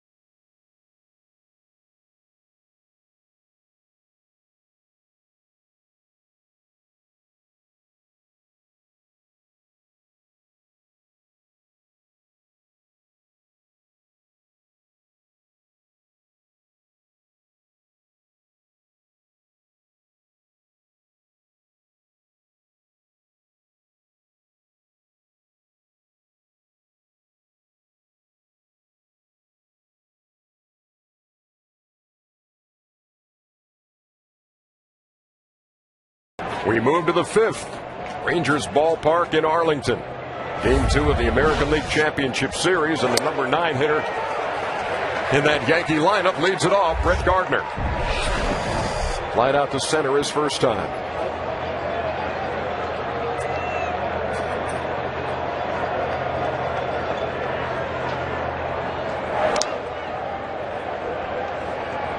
So let's see now. It's a 5-1 game.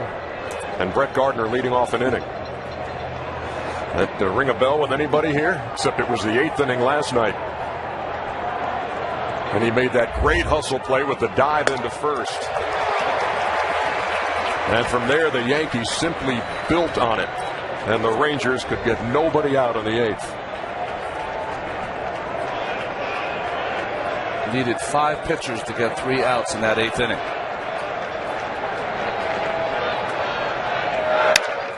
To short. Andrews will have to hurry.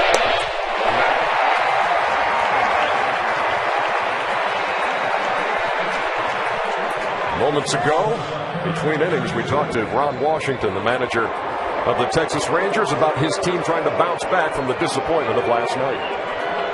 Well, you know, in the game of baseball, you have to be able to shower that, take a shower and let it go. And that's their mindset. Their mindset is each day they come out here is to play the game that's being played that day and try to do the things that the game asks them to do that day. A big part of why you've got the lead, obviously, is your offense, but you got to be thrilled to death with Kobe Lewis. Oh, without a doubt. If he can maintain his command and stand out there and not put them in hitters' counts too often, I think everything is going to work out well. Thank you, Ron. Thank you, guys. Count is 0-1 to Derek Jeter, the Yankee captain and leadoff hitter, who reached on an infield single in the 3rd. after striking out in the first. Lewis has 3 strikeouts as we play here in the 5th.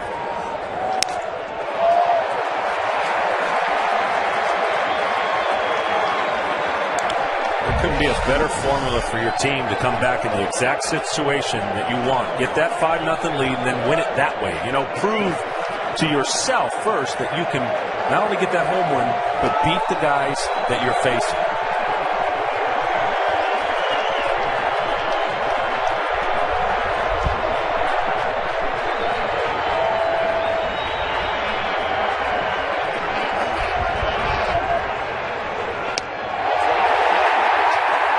Got him looking. 2 down.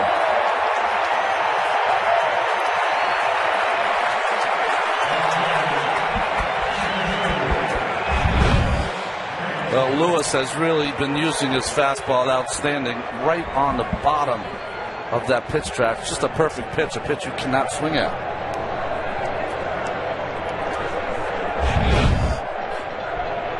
So 2 up and 2 down in the 5th. And here is Curtis Granderson.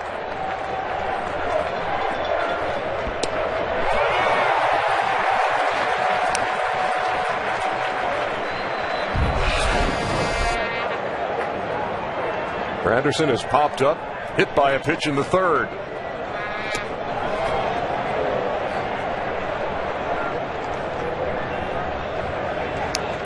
Field and Culbreth, the third base umpire, asked for help, and he said no. Granderson did not swing. A ball and a strike.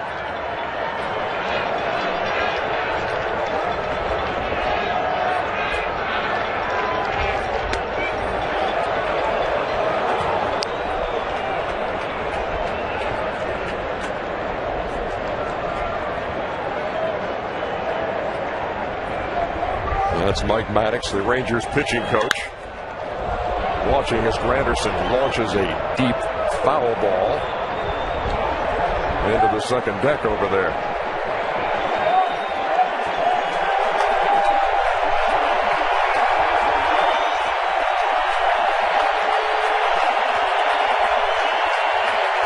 Lewis hasn't had a 1-2-3 inning since the first. Has a chance right here with a count 2-2 to Granderson.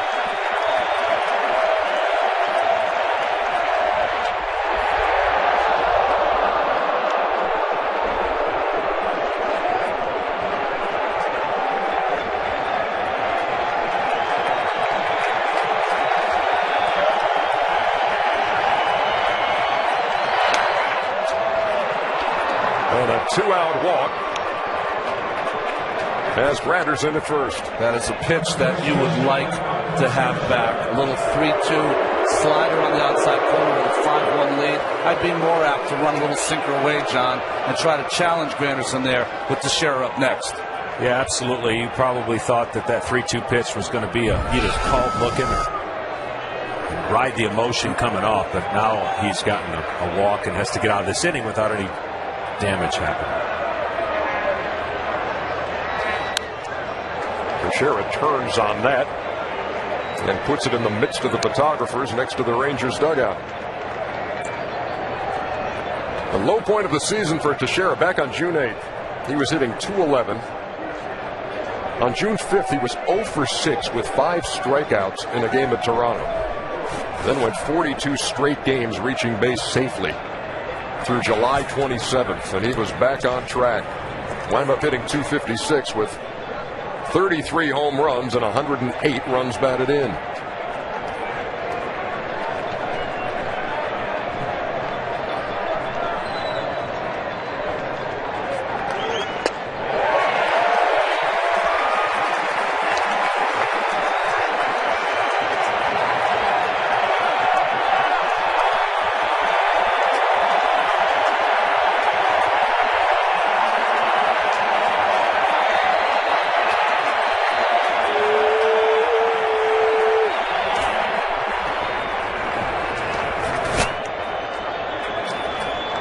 What are you throwing Tex 0-2, John? You got to bounce a curveball. He's susceptible to the curveballs. I mean, he could set it up with a fastball up, but go right back to the hook.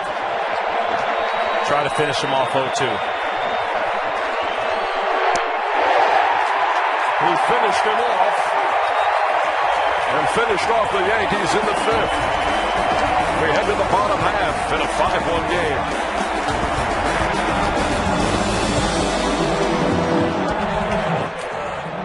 Okay.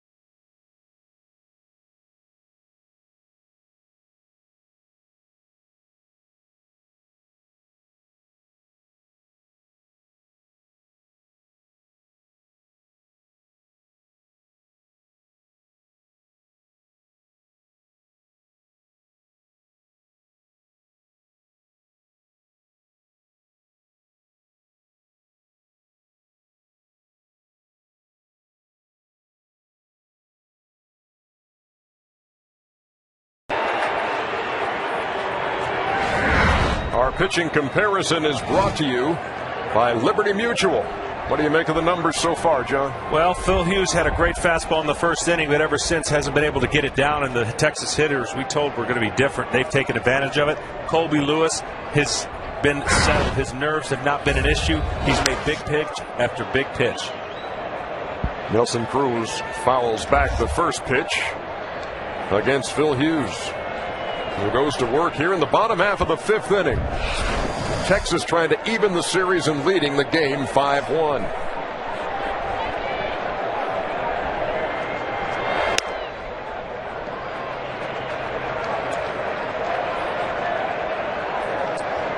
Cruz struck out his first time, doubled in the third, and came around to score.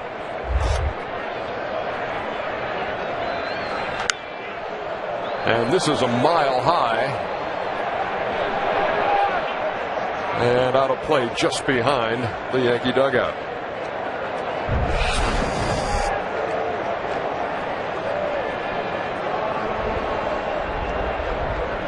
It's pretty impressive, and over 15 or 16 foul balls too. So they're on the attack, Ron, and that's a game plan that you knew they had to come out and make a statement and get on top of that fastball. And I'm sure Clint Hurdle said, "Look, we got to attack this fastball. Don't get beat by it." That ball's hit square to straightaway center field and high off the wall. Cruz motors to second, and he's in. That ball missed by just a foot from going out of here.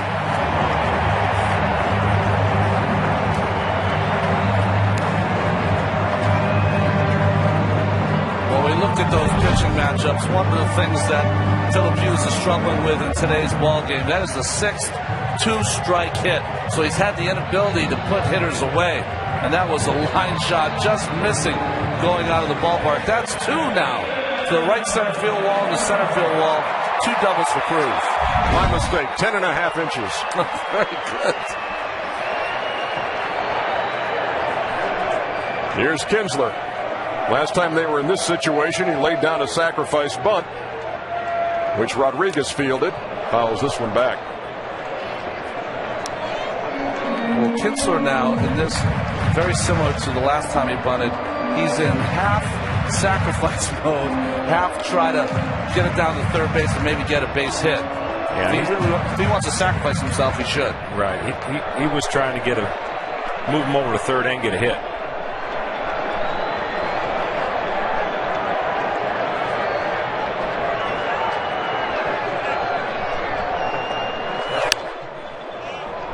No balls and 2 strikes now to Kinsler. And the reason I liked it earlier is he traditionally is a pull hitter. And that's what you don't want unless it gets through the hole to move the runner over to third. So he took the chance, put the bunt down, put his team in a better position with having a runner on third less than 2 outs.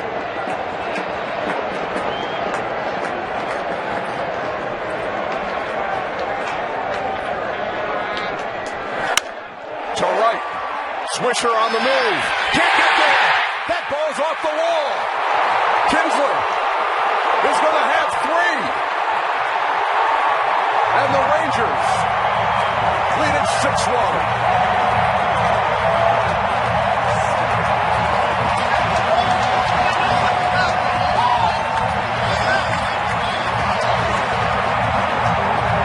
Again, the right-handed hitters have been taking Phil Hughes to right field. That's his 7th 2-strike hit he's given up. And this on an 0-2 pitch, trying to power past Kinsler with a fastball away.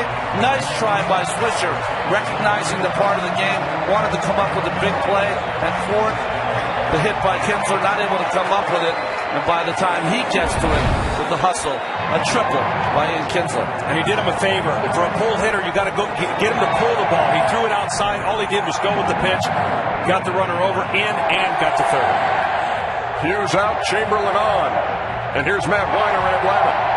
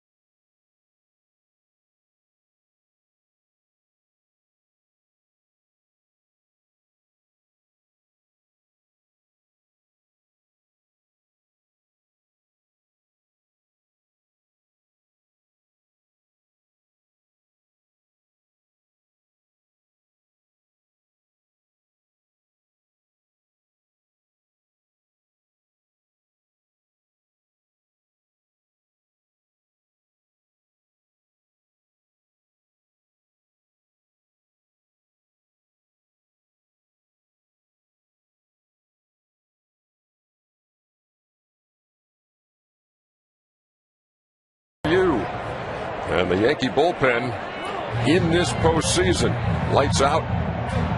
Only 1 run in those 12 innings, and stranding all 6 inherited runners. And Java Chamberlain inherits a situation here with a runner at third. Yeah, not a good situation to try and strand this guy with nobody out, runner on third. You know, his job is to get 3 outs and limit it to just the 1 run. Really in the same situation they were in yesterday's ball game with the big guy Texas. Chamberlain in to just try to keep it close enough for the Yankee hitters to maybe have one of their explosion innings.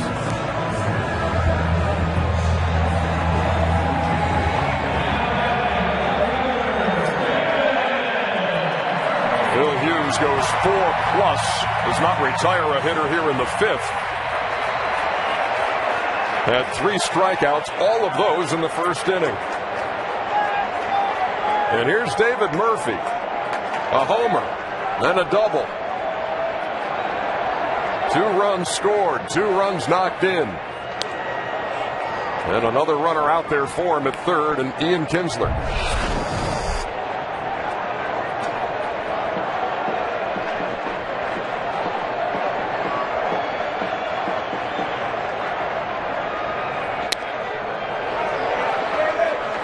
So after not seeing Jabba Chamberlain in the 3 games in the Minnesota series, we see him in the first 2 here against Texas.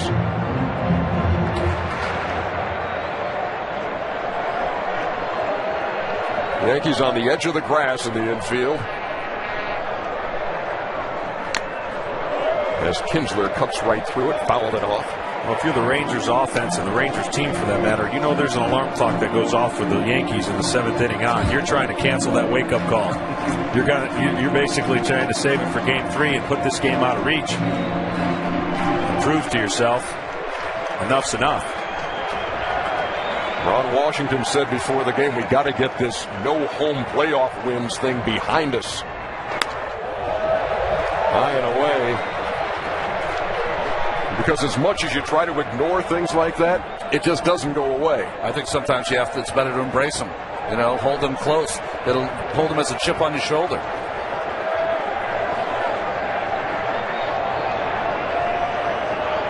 A 2-2 to David Murphy.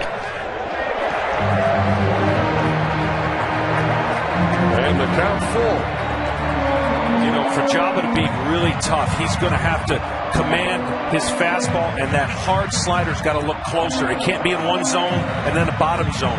You know, he can change the eye level of a hitter, but it's got to be closer. That's why the hitters don't attack that really good slider, because they just saw a fastball way up.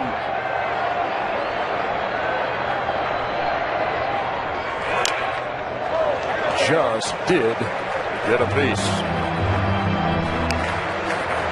I know what you're saying, John, so it would behoove Jabba to throw more maybe down and in fastballs to the left-handed hitters, and then that slider off that fastball. Absolutely. I mean, I know a lot of hitters see the last pitch, they recognize where it was. Now, if you can start that next nasty pitch where that fastball ended up, they don't recognize the slider in that position as well.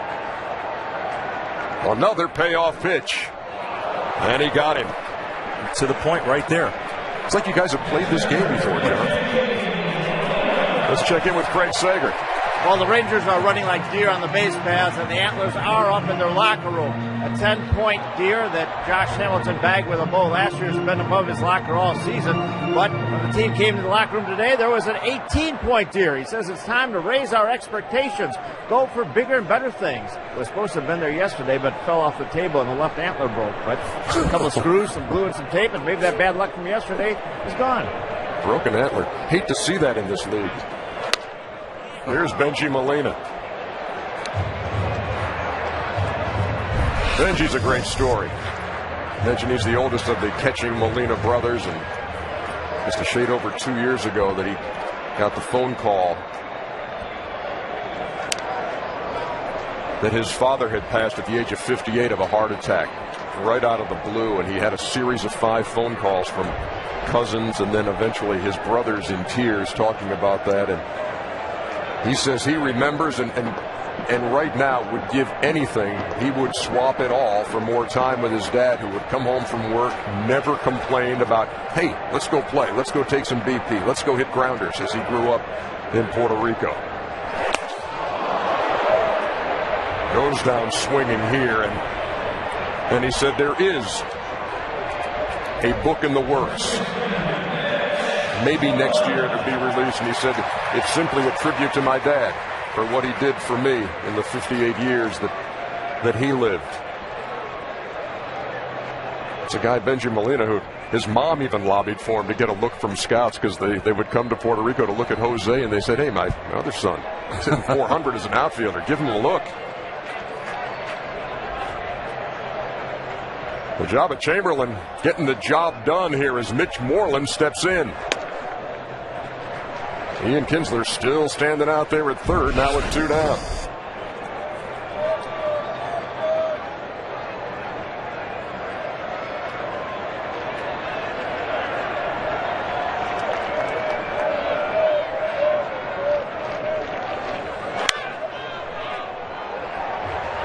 ball and a strike to Mitch Moreland, the number 9 hitter in the Texas lineup. If you're just joining us, this is game 2 of the American League Championship Series between the Yankees and the Rangers, and it's a 6-1 Texas lead after the Yankees, with a spectacular 8th inning rally in game 1, took the opener 6-5.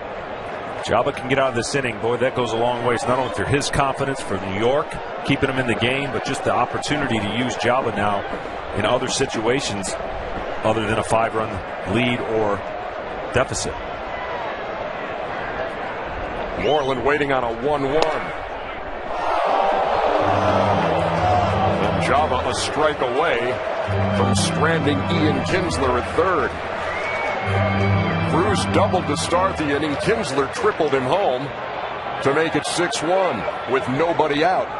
Chamberlain has come on, struck out Murphy and Molina. And now he's got Moreland trying to go 3M on him here in the bottom of the 5th. That ball is poked into left field for a base hit, and Kinsler trots home with the 7th run.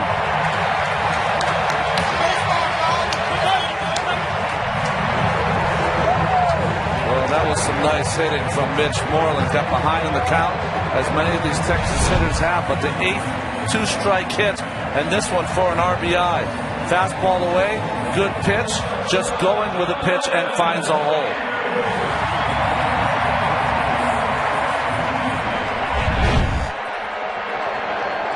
So 2 runs in here in the 5th, and the lead is 6. Here's Elvis Andrus.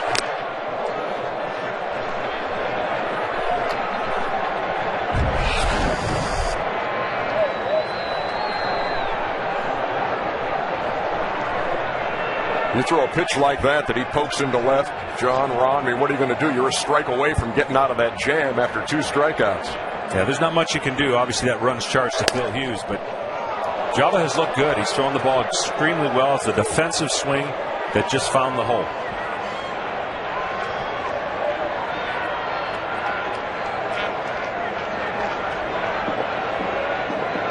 And he's thrown 2 good fastballs. You get the killer slider. See if he can put him away 0-2. With a pitch that starts over the middle and goes away from the right-handed hitter, having very little time to react.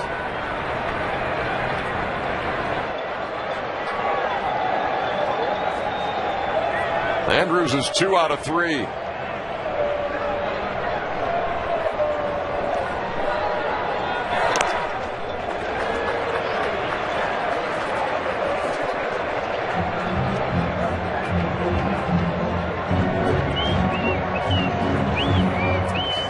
There is the Yankees starting pitcher here in game 2, Phil Hughes, who came in having never allowed a run in this ballpark in 15 1/3 innings of work. But he's been roughed up by the Rangers here in game 2.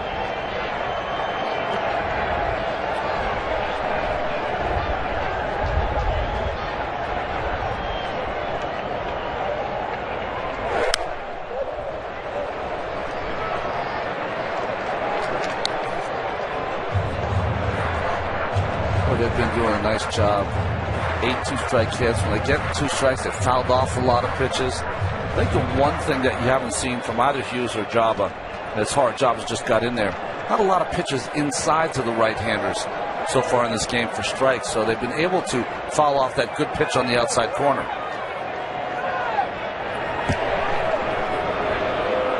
Jabba again throws over with Moreland leading from first. He threw over many times last night, and in talking to Joe Girardi, it's more of a nervous thing for Jabba. When he's not sure what he wants to throw, he throws over to first.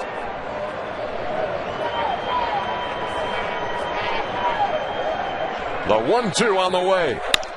Grounded to second. Cano throws him out. But the Texas Rangers add to their lead. 2 more on the board. You got claws, you got antlers. You got a 6-1 lead.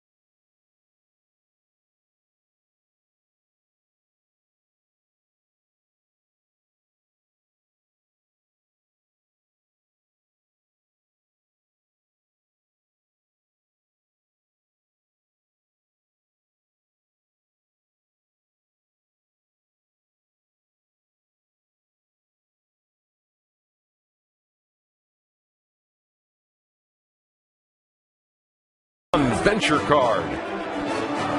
Thanks for spending your Saturday afternoon and evening with us here on TBS. Game 2 of the ALCS. As we move to the top half of the 6th inning.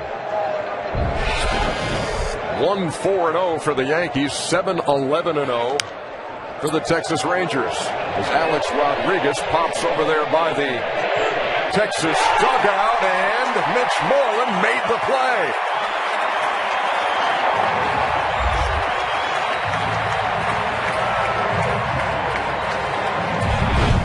Great job by Moreland, got an RBI in the last half, and here it gets all the way and just gets that like a snow cone on the end of the glove.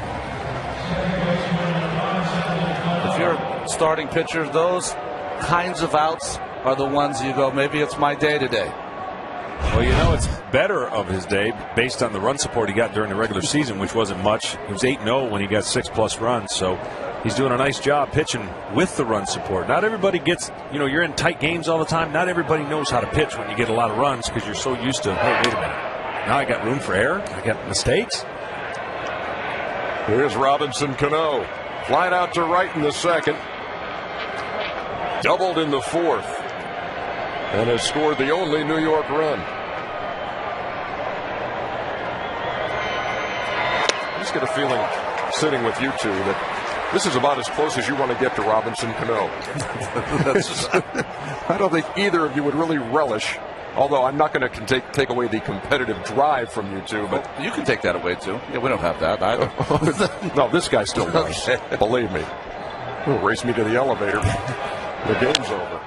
Well, I told you what I want to see. Yeah. Mariano Rivera facing Robinson Cano. Yes, you do. So you're thinking that's the only person who can really get him out right now? I don't know. That's why I want to see it. I don't know. He never looks out of balance. I mean, that might have been the only swing off balance. Everything looks smooth. And when he delivers his stroke, the ball just jumps.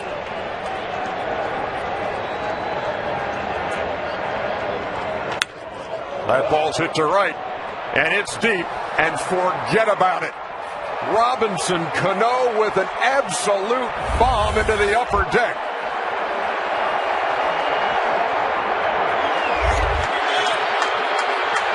I'd say that ball jumped. What is that thing you say, John, after a while you got to get called up to the next league? Cano might be there. He's there. Just a hanging little curveball, cutter inside. And he knew as soon as he hit it that he got all of it. Upper deck shot. Hands back, just delivers that bat to the baseball. There's no wasted motion. Whenever you want to be a hitter, you don't want to have too many working parts. He just delivers that bat right to the baseball. And they've thrown the ball out of the upper deck, back onto the field, and Nelson Cruz throws it to the ball girl and right. But what's interesting is we saw that swing in slow motion. It looks that way live. I mean, it just looks fluid. Other guys you could see they're trying to just generate power and he just fluidly generates power. Well, here's Nick Swisher. So now it's a 7-2 game. It was a solo homer in the 7th by Robinson Cano last night that lit the fuse for the New York attack. He homers here in the 6th, and they're down by 5.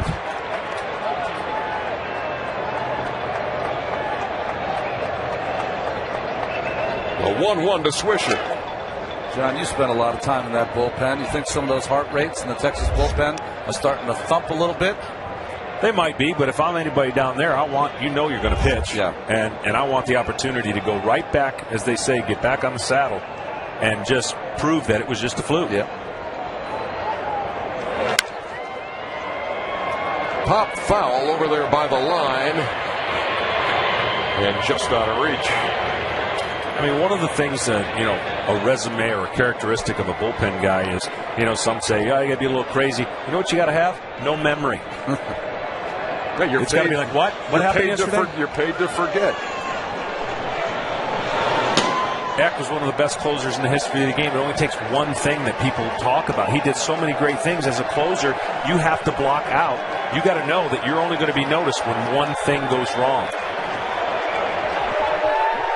The 2-2 to Nick Swisher. And everyone will tell you, you only want to be interviewed 2 to 3 times a year. Because that means you've blown 2 or 3. They're not going to talk to you when you close a game or save a game. That's supposed to happen. See Tommy Hunter.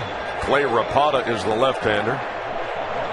Came on and threw 1 pitch last night, as did Darren O'Day.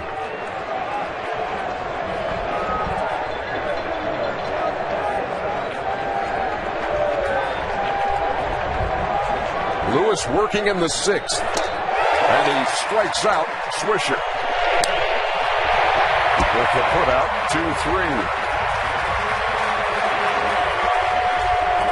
Sports fans, listen to what Cal Ripken, Howie Long, and some of the biggest names in sports have to say about today's hot topics in sports.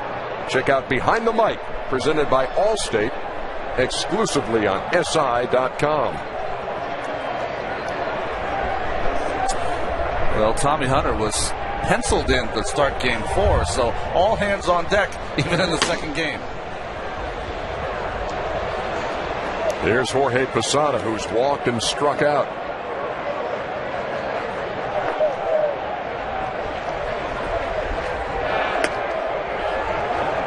When Colby Lewis made his start in the first series against Tampa Bay, he worked into the 6th, was lifted after, or pulled after he walked Evan Longoria to lead off the 6th. And he's working in the 6th here, giving up the solo home run to Robinson Cano. 1 out away from getting out of the 6th inning with a 7-2 lead. He left that game against Tampa Bay leading 1-0. And the bullpen imploded that day. That ball's hit hard by Posada into right. 2-out single. You know what happens early in the game, you can get away with, Ron, some bad location because your stuff's better, but the later the game goes, it's real estate time. Location, location, location, and you have to make sure your breaking ball, which is going to have a little less revolution, and your fastball is going to have a little less. Those are the late innings situations you've got to be better in those locations, and he's been beat only in this inning because he's made some bad pitches in spots where the left-handers love it. I know there's 2 outs here, and Mike Maddox is going out to talk to Colby Lewis. To me, this is a crucial part of the game. Even though it's 7-2, Lance Berkman has had great at-bats in his first 2 at-bats against Lewis. You got the left-hander out there. You can switch him around. Now, Marcus Thames will probably hit for Berkman, but his numbers are almost 100-point difference from the left side to the right side. Well, this is a good stall job right now. The umpire is going to scoot the guys off the mound, and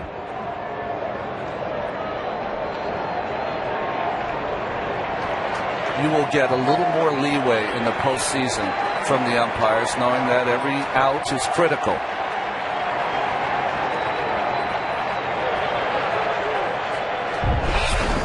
So here is Lance Berkman.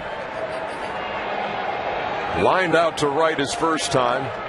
Singled in the 4th, knocked in a run. Took that wide turn at first and got hung up between first and second for the final out of that inning. And see right there, it's coming off the ball a little bit. It's not as sharp. He's left a couple of them out there. What you got to tell yourself is, inevitably, maybe your last hitter, make a pitch. Get the ball down. Mentally make yourself get the ball where you want. If they get a hit, they get a hit. 2-0. First inning, his fastball was 92. Now it's in the 87 range. Curveball's kind of rolling up there. To me, when you put your eyeballs, if you're the manager or pitching coach, it's a pitcher that's getting tired.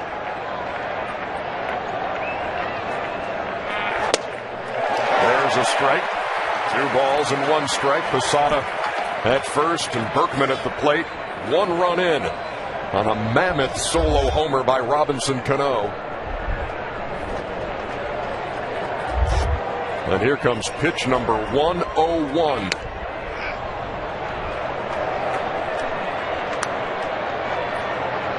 Remember that kind of nervous feeling you could kind of detect last night when we were here? It's back.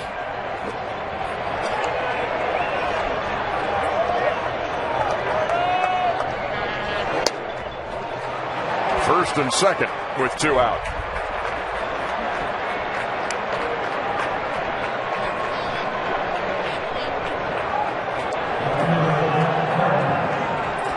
Ron Washington will go to the bullpen.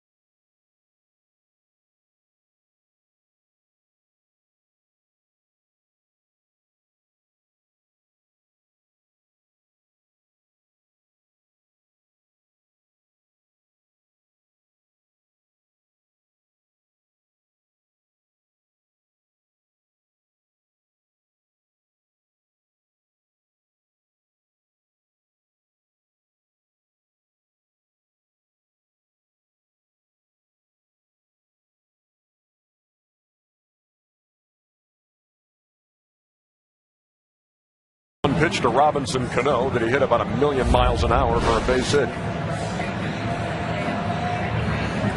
Well, the only thing here is, Ron, you give up the speed for a guy who potentially could hit a 3-run homer. You know, the Gardner's staying in the game. Chances are he's not going to hit a 3-run homer. You pitch to him, and then maybe make the change to Derek Jeter. Yeah, tough matchup here for Rapata. Throws it from the side, has a little bit of gentle sink to his ball.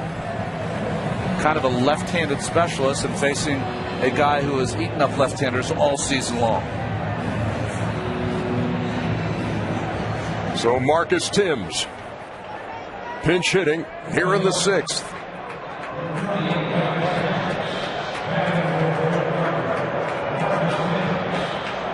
And in game 1, he's the guy who delivered the go-ahead run with a broken bat single to left. He bats now with 2 on, 2 out in a 7-2 game in the 6th.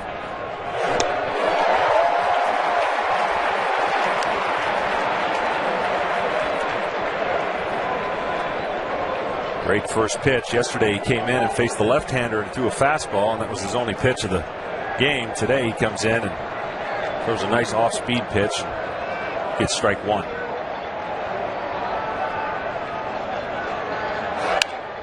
And quickly ahead 0-2.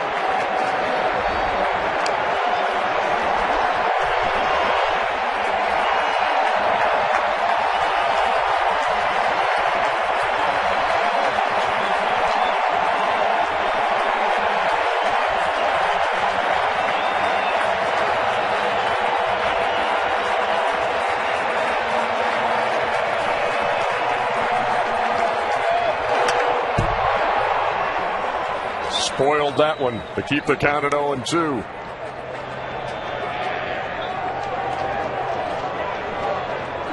Tim spent a little time in Texas. Traded for Ruben Sierra in 2003 and homered once in 73 at bats.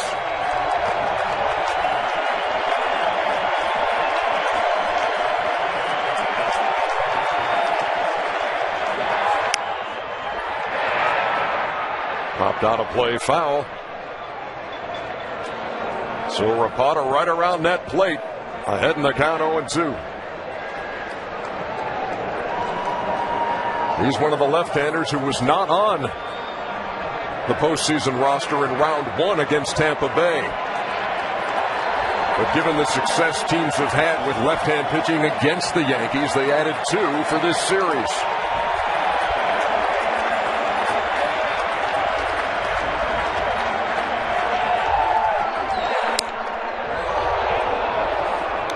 The problem is the Rapata against right-handed hitters, they've 5 for 13 and 385 average. He has that slider that he throws that doesn't seem to get there, John. Just takes forever, and Thames has been way out in front.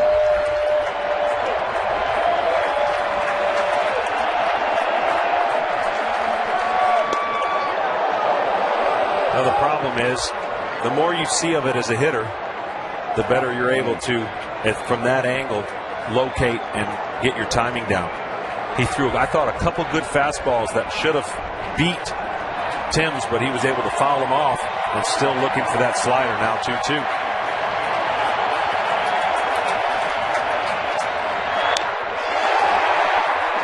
He just did stay alive.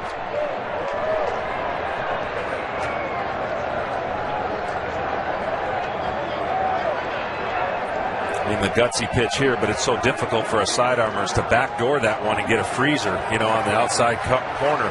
But it also brings in the meat of the plate. What he's trying to do is get it to the back foot so he can swing over the top. Nolan Ryan waiting to exhale here in the 6th.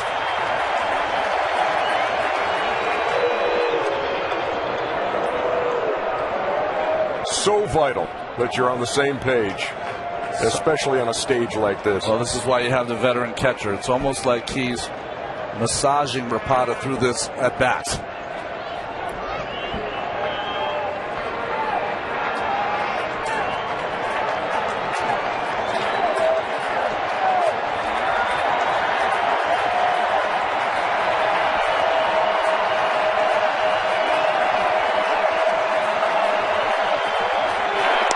Tried to do it right there. Great call by Molina. He just didn't get the height of it. But to backdoor it would have been a freeze. He would have had no chance. And you can see Thames gave up on it, but the ball did not keep its height in the strike zone. From 0-2, the count now full. Runners will leave from first and second.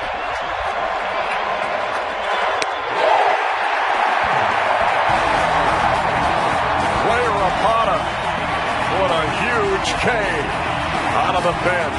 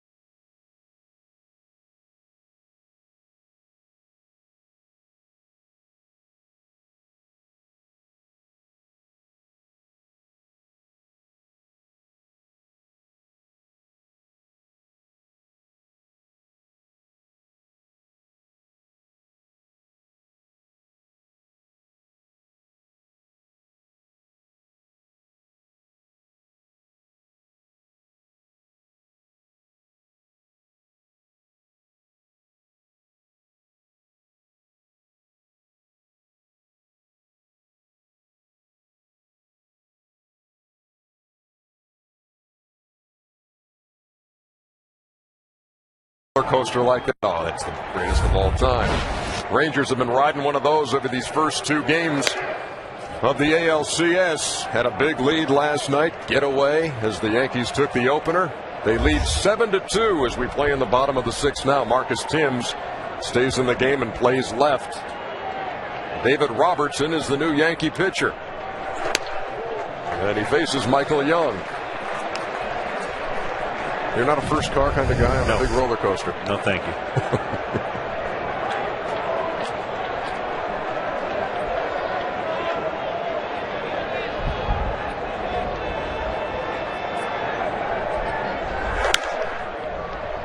Fouled out of play along the right side. I liked roller coasters for a while, but then developed a little vertigo late in my career with the 5 and 6 ERAs I was sporting. So since then, I'm not good in a roller coaster.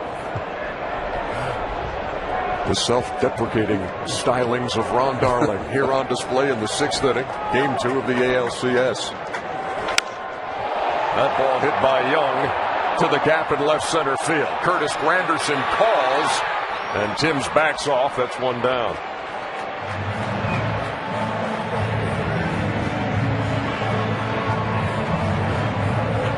The size of them. They're talking about that play. He says, make sure you look at me because you're really big and I'm not. You see the sun there, and there's really the only sun on the field right there now is in left field.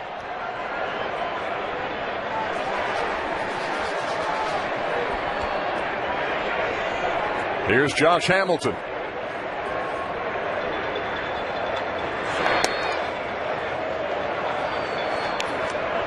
He walked in the first, intentionally walked in the second, walked in the fourth.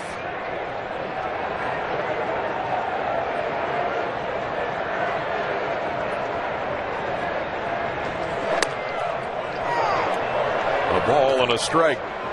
Most pitchers have a 3/4 arm delivery, and they deliver the ball at the same rate with all their pitches. He is straight over the top with a. Really, the only way he can throw his curveball is to go straight over the top. From 12-6, they call it. That's the break, and the fastball gets on the hitters pretty quick.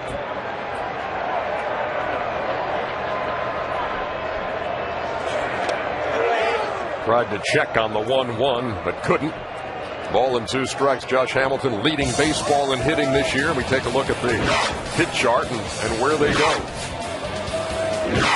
Well, the tough part about this reason you hit 359 is that you can hit the ball to all field, 60 hits to left field, and that's why when the defenses play against Josh, you'll see the center fielders have to shade him almost a little to left field. That's how much power he's got to all field. So those numbers in parentheses also the number or where they've gone in the postseason for his 3 hits. 1 to center and 2 to right, including a bullet over the wall last night in the first inning when he hit a 3-run shot. He got away with a hanger right there. To get Josh Hamilton out, you've got to start this curveball at the knees. It must bounce. You've already seen him check his swing. The previous series swung at a lot of those pitches, trying to go get him with his hands. Right there, that ball could have been over the fence.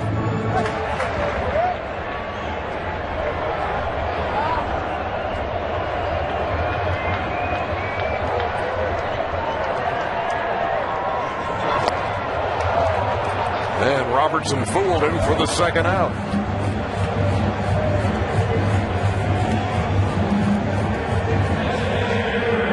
Well, interesting. You've seen on Cliff Lee's hat that he keeps some of the rosin so he can get a better grip. Well, Mr. Robertson goes just for the pant leg.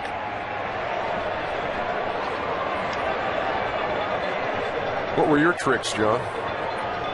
Tricks? Yeah. I didn't have any tricks. You ever see his slider? He didn't need any tricks. Never had anything on the uni. Never had anything to. No. Bullfrog sunscreen when I had to protect the dome. That's what I'm talking about. I'm asking you. Yeah, bullfrog. Bullfrog Sunscreen. Protect the skin and. You're multitasking. Guerrero reaches out and pokes a single to left.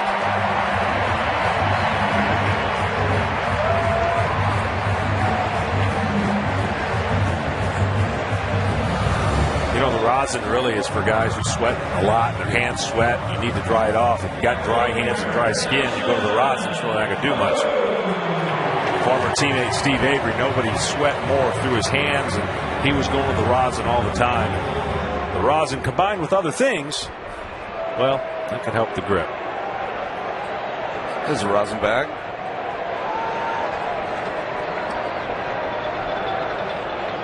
Here's Nelson Cruz. He bats with a runner at first and 2 down. So no secrets of the trade from you either, Ron? I wish I had some late in my career and it didn't work out. But no, I didn't. There's too many things to worry about without thinking about cheating, figuring out a way to get a better grip.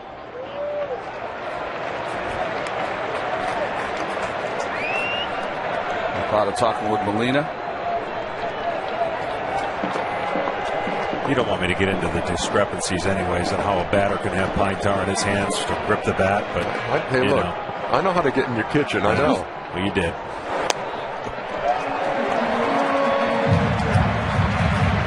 Three balls and no strikes to Nelly Cruz. Beware, yes. Yeah, he hit a home run in Game 1 of the NLDS on a 3-0 count.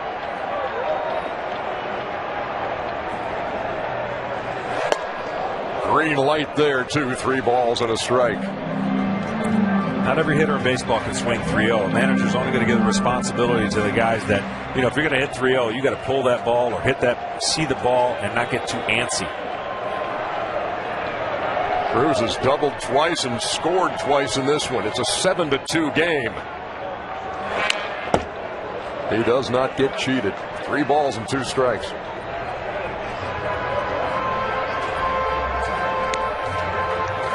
Just missed hitting 2 more home runs today on his doubles. He has 3 in the postseason. And Murphy's home run. Texas Rangers have at least 1 home run in 7 postseason games now.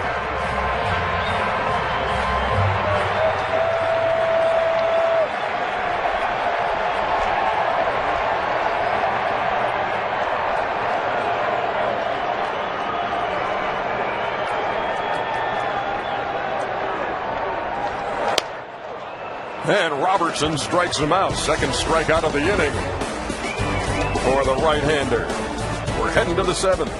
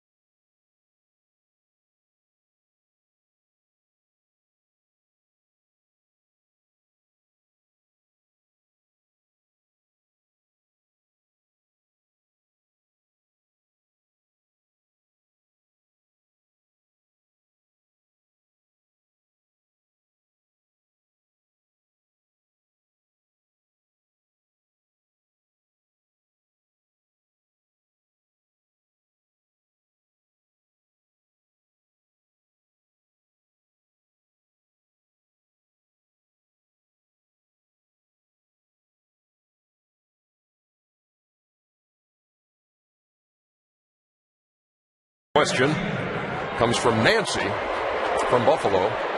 How would the Yankees lineup do against Mariano Rivera? And you've touched on this to a degree, John, talking about how you'd like to see Robinson Cano face him. But how would Mo do against the Yankees as a whole? 3 hits, 3 strikeouts, and 3 broken bats. That's all 9 guys. It's almost like you were ready for that question. Almost. Derek Jeter leads it off against the third Texas pitcher, Alexio Gondo. We do appreciate everybody writing into the mailbag. It's getting very heavy, having to require Ron to tote that thing around from city to city. Quite taxing.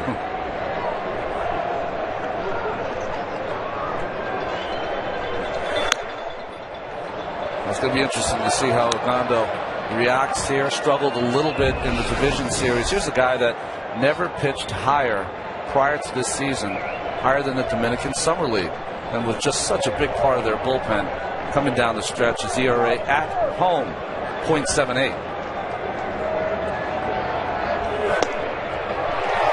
There's a strike to Jeter. He's 6'4", 185.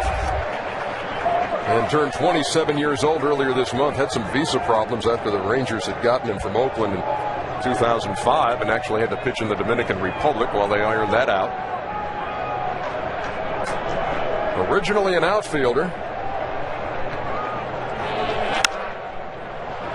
And the count even, 2 balls and 2 strikes to the Yankee captain and leadoff hitter. Well, he's got a great fastball, as you'll see by 98. The only Achilles heel, sometimes he spins that slider right in the middle, almost a cement mixer. If he can develop that pitch and get it breaking more and consistently, he's going to be awfully hard to pick up and hit.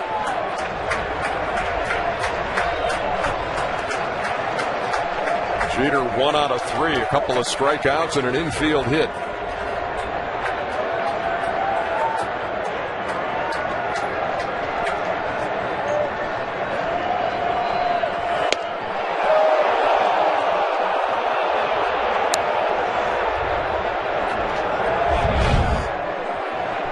Well, good call by Tony Randazzo. That ball is inside.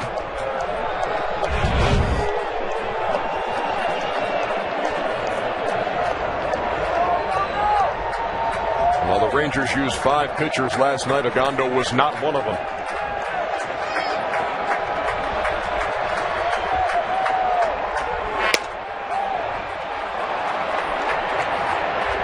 A leadoff walk in the 7th as we check in with Matt Weiner.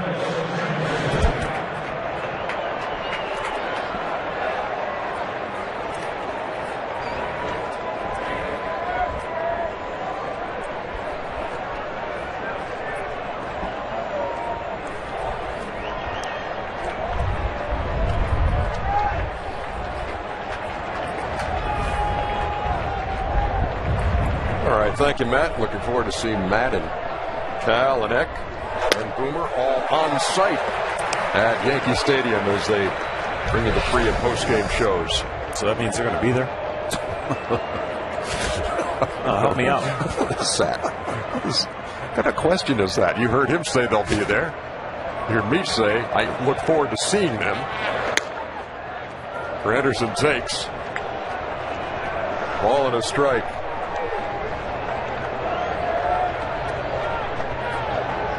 7-2. 7th inning. And you see what the Yankees have done from the 7th inning on.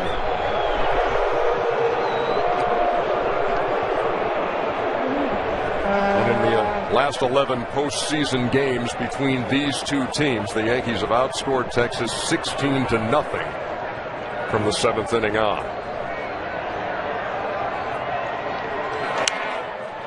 Pulled back by Granderson. 1 ball and 2 strikes. So does Joe Girardi's crew have another one of those comebacks in store? We talked about the historical nature of last night's comeback. They had never been down by a 5-run margin going to the 7th and won the game. Well, they're down 5 in the 7th here in game 2.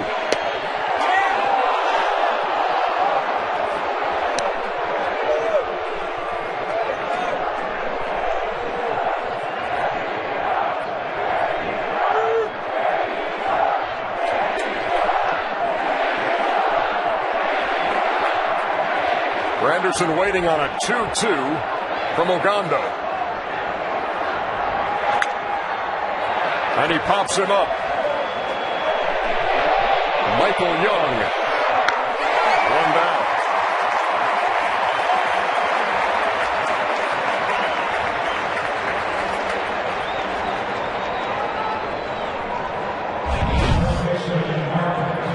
Well, this ball kind of lost by Molina and taking charge.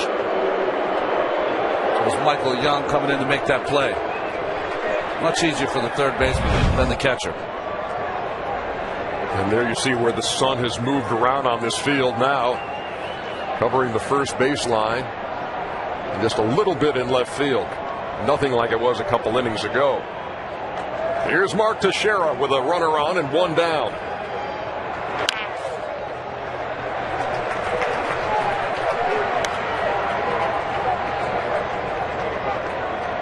Be a little bit careful here. I mean, you know he's got a great fastball. He's pumping him in there. Here's the guy that can turn your fastball around. At some point, you got to show the hitter something other than just heaters.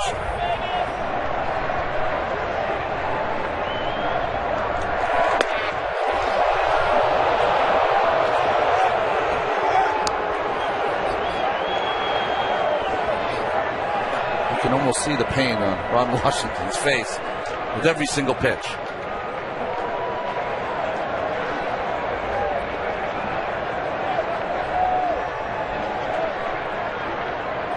Teixeira now 4 for 20 in the postseason. And he's behind in the count, a ball and 2 strikes. Derek Jeter led off the inning with a walk against Alexi Ogando. Curtis Granderson popped up.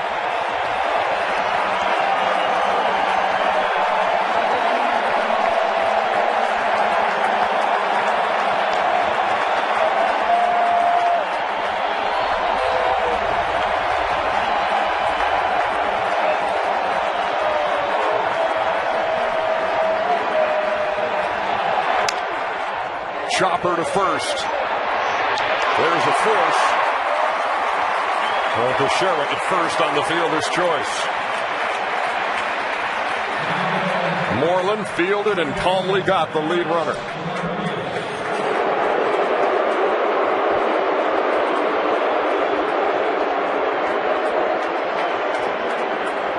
Guess who's up?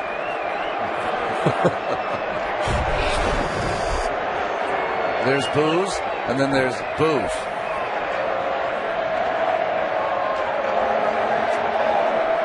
Alex Rodriguez from 2001 to 2003 hit .305 for the Rangers. Hit 156 home runs, knocked in 395. And his career high of 57 home runs came in the Rangers uniform in 2002.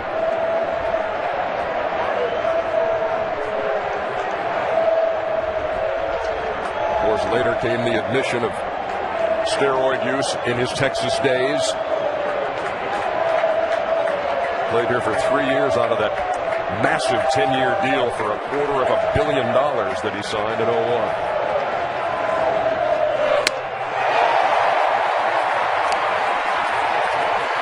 Couldn't catch up to the 97 from Ogando. 0-1.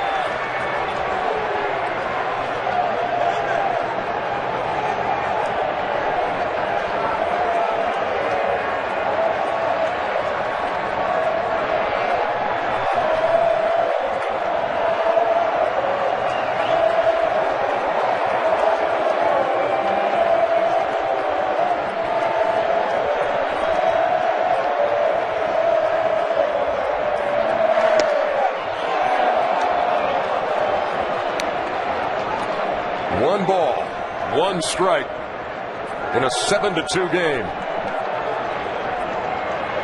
The Yankees with a runner on and 2 down.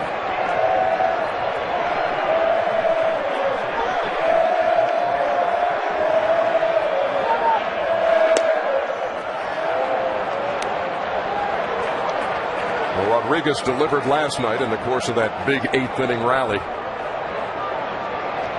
Hit an absolute bullet past Michael Young at third.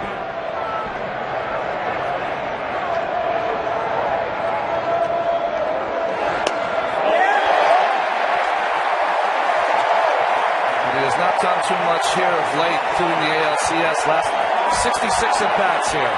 Only a home run.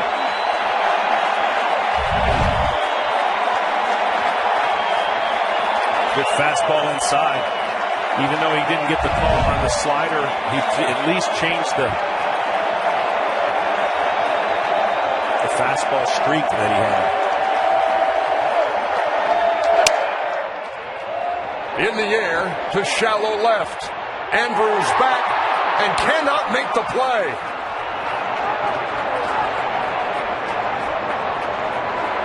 Runners are at first and second.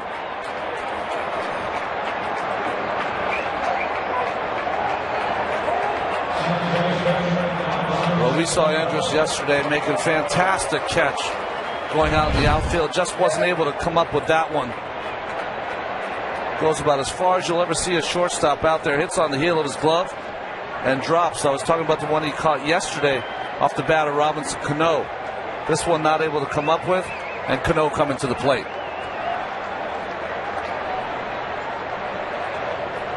So Rodriguez at first, Teixeira at second. Can the Yankees take advantage of that? Safe to say there's a lot of shortstops wouldn't have got to that ball. That is a flat-out hit with almost every shortstop in baseball.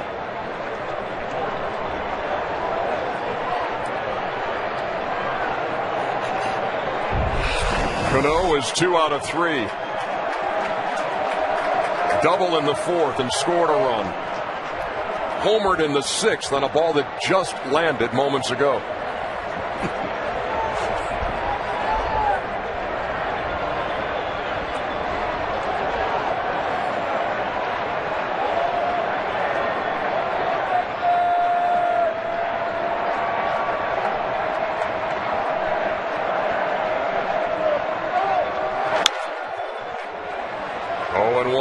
We mentioned the home run in the 6th. Get out your tape measures, please.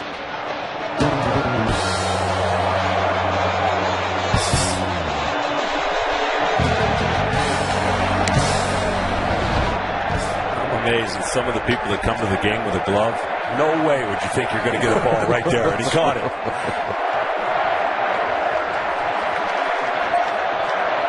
Runners lead from first and second, and Cano steps out.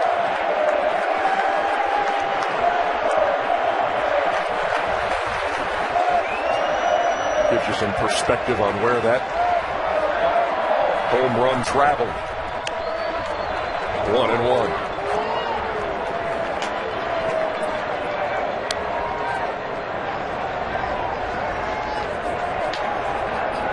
Cano hit .341 on the road this year. That was the best in the American League, and only Joey Votto, a guy who's in the National League MVP conversation, was better at .349.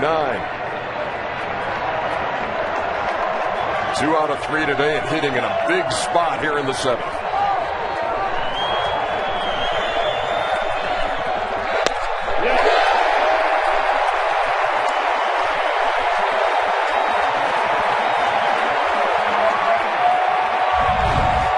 See, he didn't like it. This guy has a plate recognition about as good as anybody. He thought it was off the plate, and Molina brought it back at the last minute. Got a clutch call on a guy who has just been all over the baseball.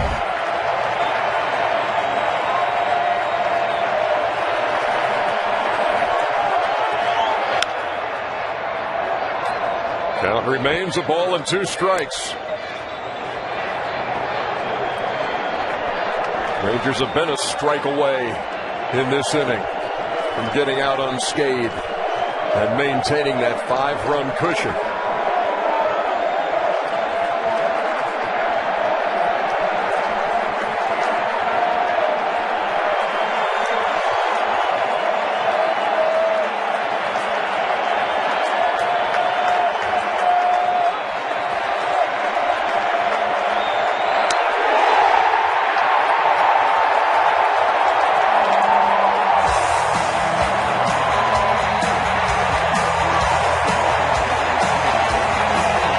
Texas, it's time to stretch.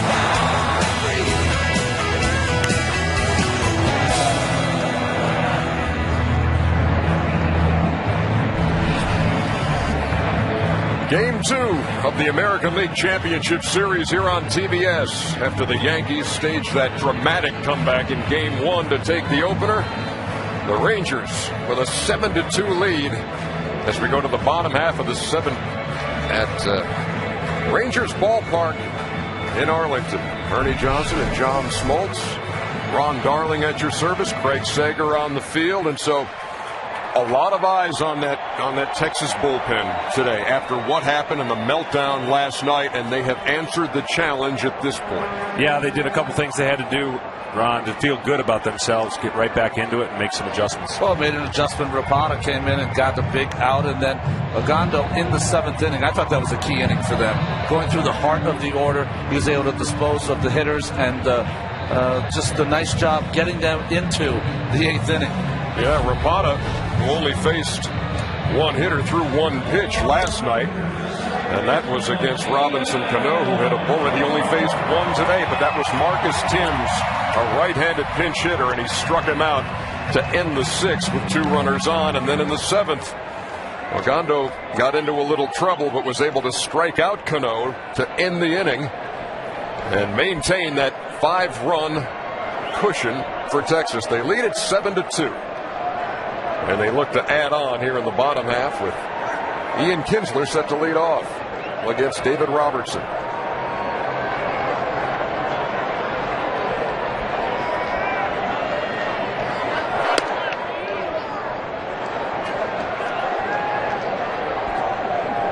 Kinsler has one of the RBIs for Texas today, a triple in the 5th that scored Nelson Cruz.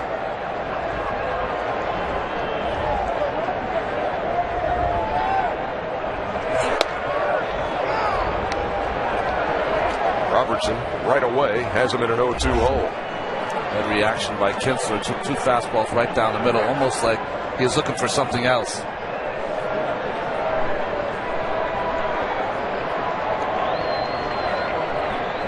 And Mike Maddox,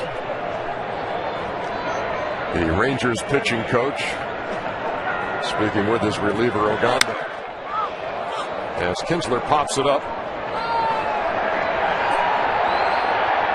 1 down as Jeter makes the play. Catch all the action of the 2010 Major League Baseball postseason on TBS and on Fox.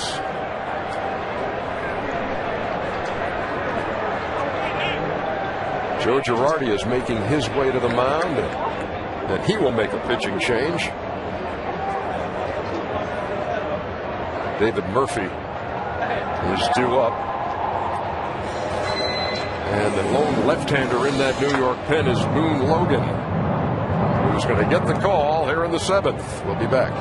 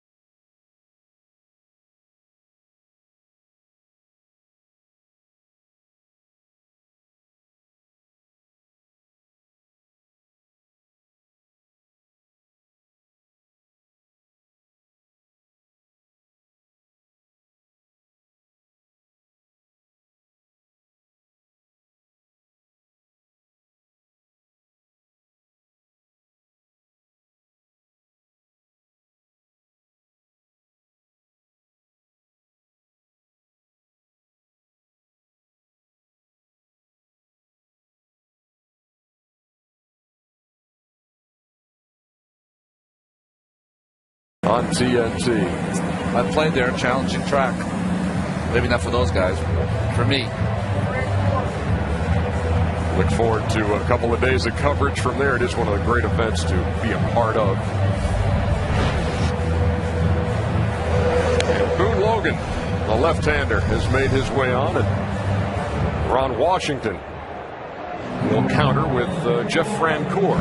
And Logan has to play the role of Damaso Marte, who was so good for the Yankees in their drive for their 27th last year.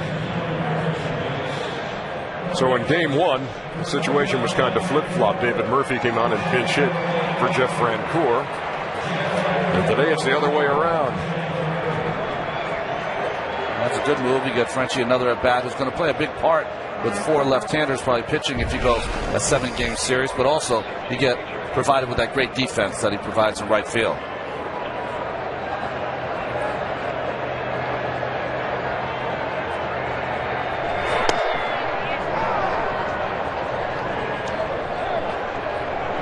Sun shining now right in the face of the Yankees left-handed reliever.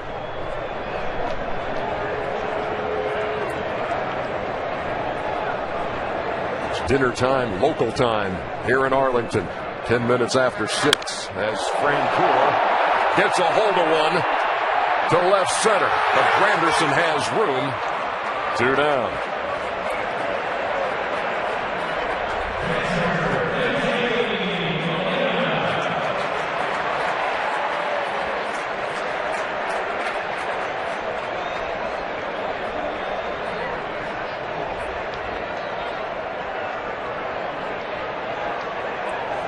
Here's Benji Molina. He's knocked in a run today. Had a double in the 3rd. Also flied out and struck out.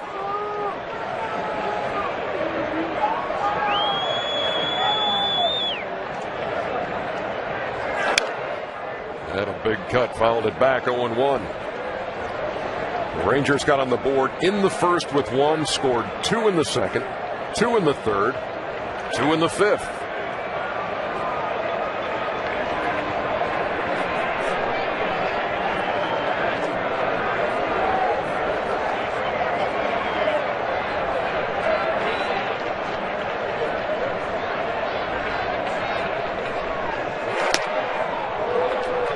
Behind 0-2. Benji Jose and Yadier Molina, the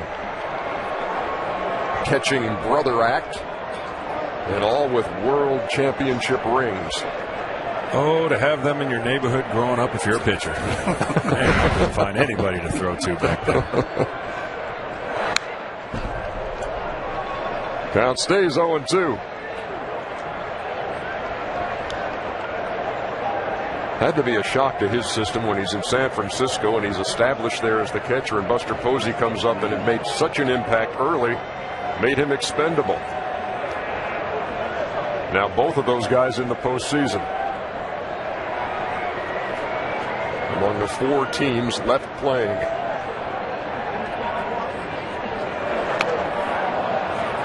And he goes down swinging for the 2nd straight time. We are through 7 innings in Arlington. It's a 7-2 game.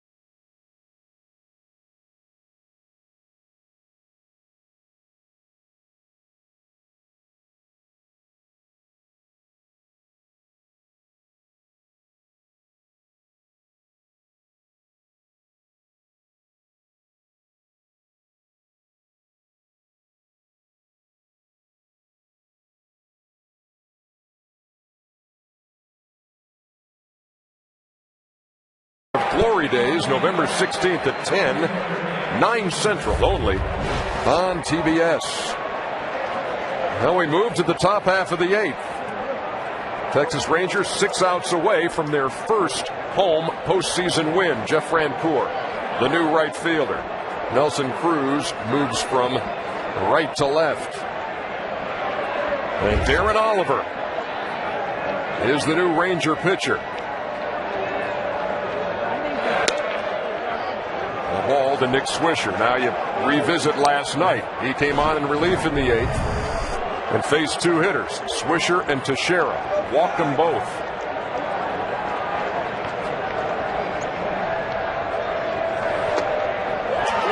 It's almost like tempting fate again. Putting Oliver out there to face Swisher. He has been their 8th inning man all year long after Francisco went down. Ron Washington said he's going to stay with him. He's ahead.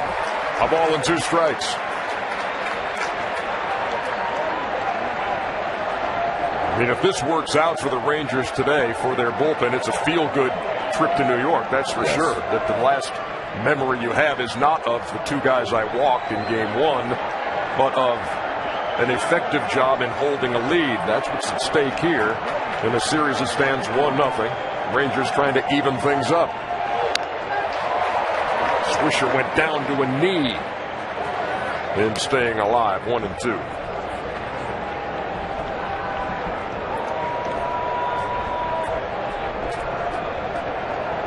A feel-good moment, if they can hold this lead, will definitely affect the bullpen. A bullpen that might not have to work in Game 3 as they've got Cliff Lee, their ace, going.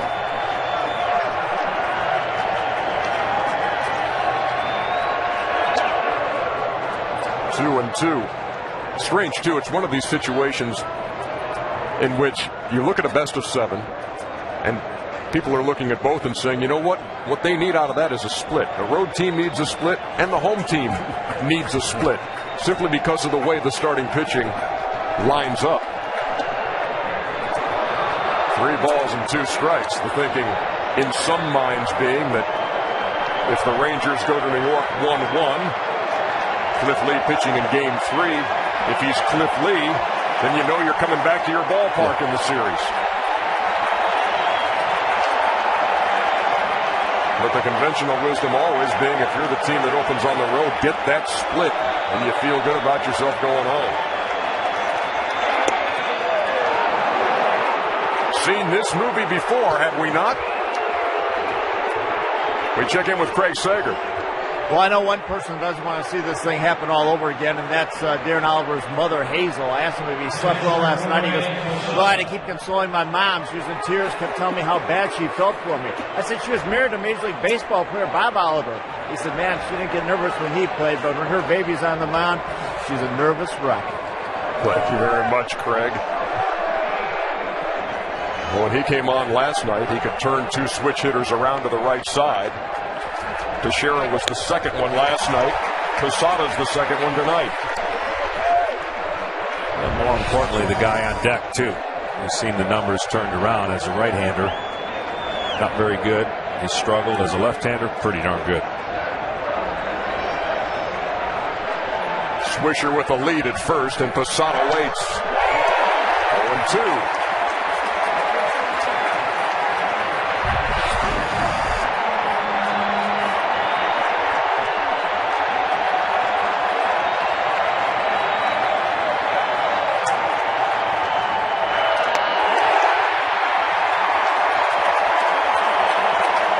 That's what Darren Oliver's been waiting to hear for 2 games.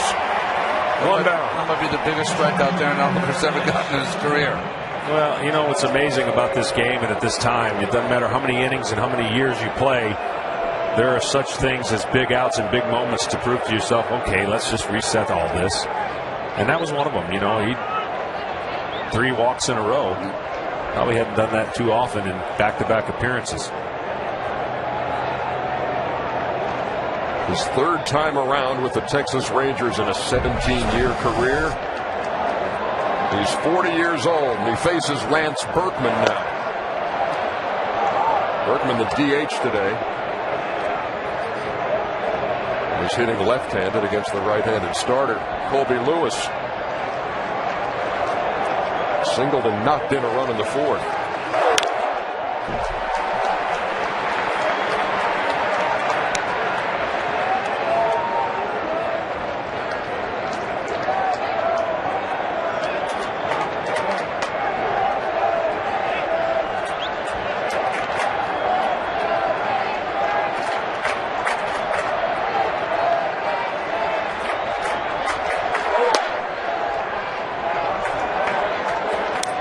Go ahead. If this game holds the form, Game 3 really could determine whether or not CC pitches Game 4 or not.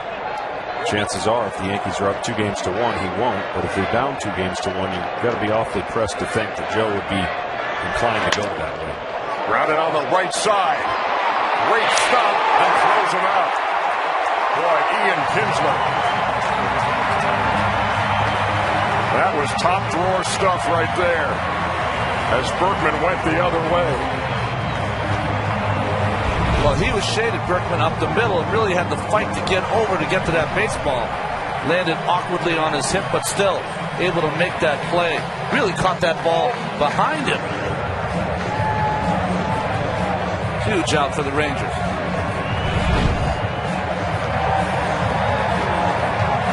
That's the difference between having runners at first and third with one out and a runner at second with two. If that ball gets by, Kinsler at second.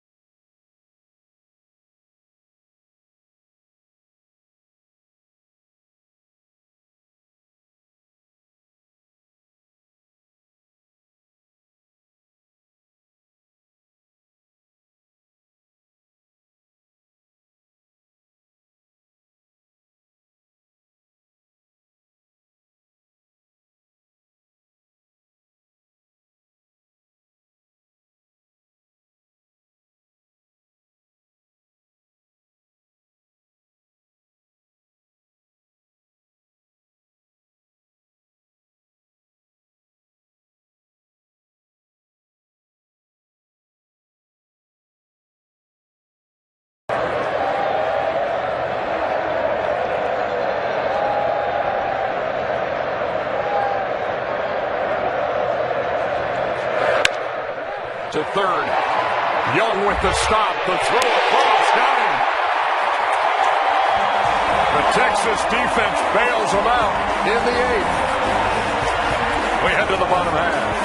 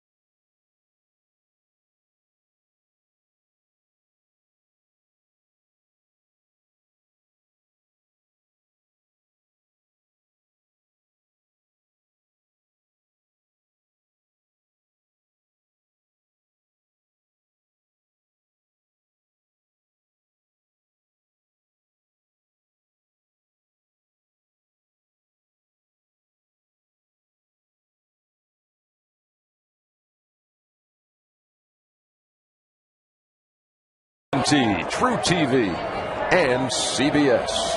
Already know who's going to win that. Right now? Oh, yes. Piece of cake. Wow. Layup. Yep. I'm just thinking Michigan State might be in that equation for you, John. You got that right, baby. Mitch Moreland leading it off in the 8th, baby. And he fouls it off. 0-1.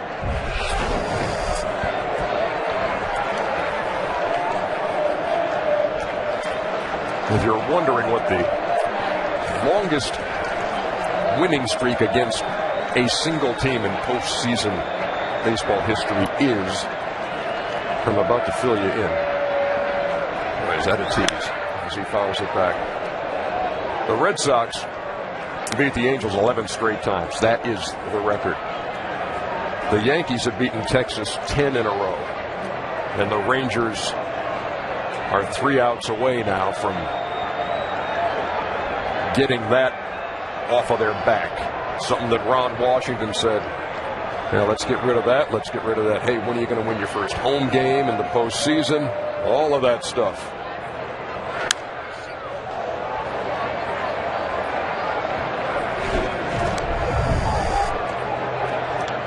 And there you see that Yankee Ranger 10-game streak tied with the A's domination of the Red Sox from 88 to 03.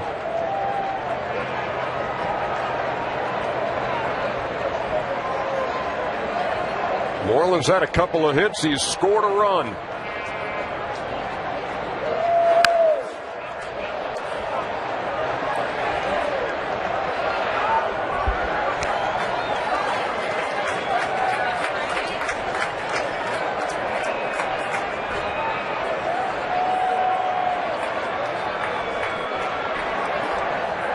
Boone Logan, the 4th Yankee pitcher, started with Phil Hughes and then Java Chamberlain, David Robertson.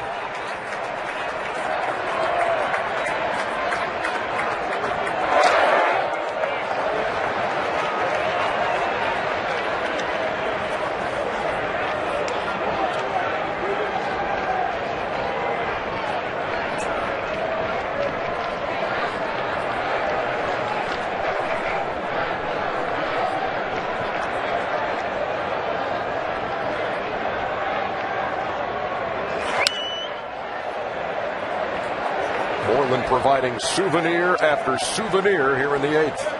Well, a theme for these Texas hitters all afternoon has been their ability to fight in the count when they have 2 strikes on them. Fouling off difficult pitches, just taking great at-bats. 9 2-strike hits this afternoon.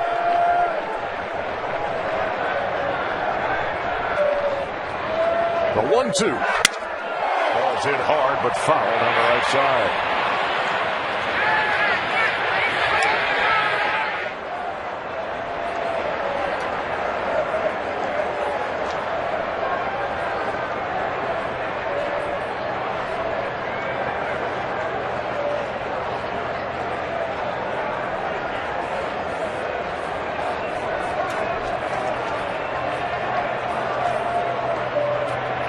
Josh Hamilton, Benji Molina in the foreground. So Johnny Narin in the background there too. One of the special coaches for this team. In fact, he's the guy who is with Josh Hamilton every step of the way, as the well-chronicled situation of Josh Hamilton and recovery from drug addiction. Johnny Narin's the guy who coached him when he was a kid in North Carolina. And when he made his comeback to the big leagues, Cincinnati Reds hired him to be his accountability partner. And as he made the transition from Cincinnati to Texas, Johnny Narin made it too. Great responsibility and obviously great work by Johnny Narin. And a great story all the way around from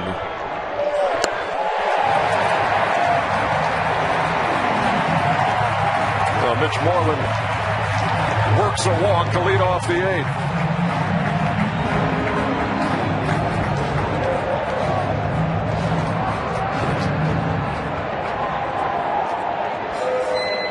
Meeting of the gray shirts on the mound as Joe Girardi will make another pitching change here in the 8th. And we'll be back to Arlington right after this.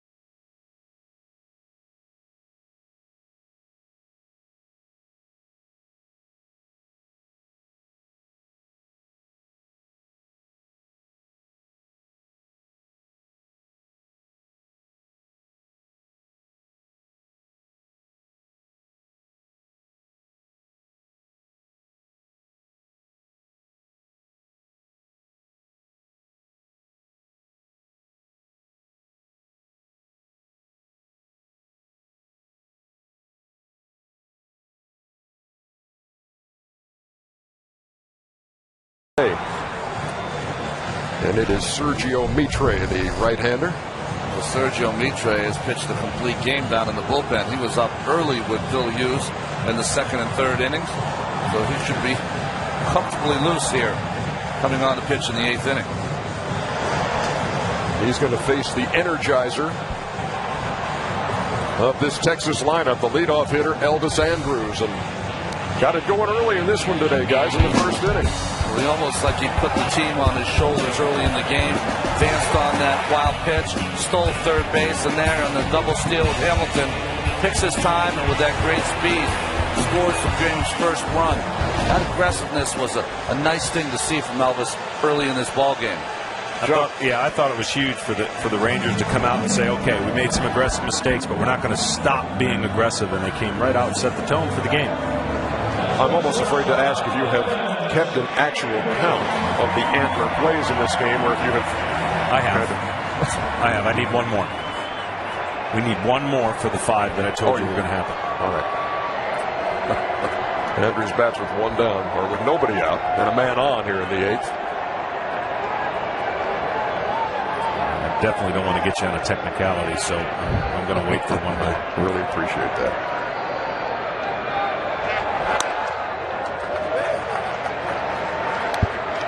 So Andrews with that infield hit in the 1st, singled in the 2nd, lined to 2nd in the 3rd, and grounded to 2nd in the 5th.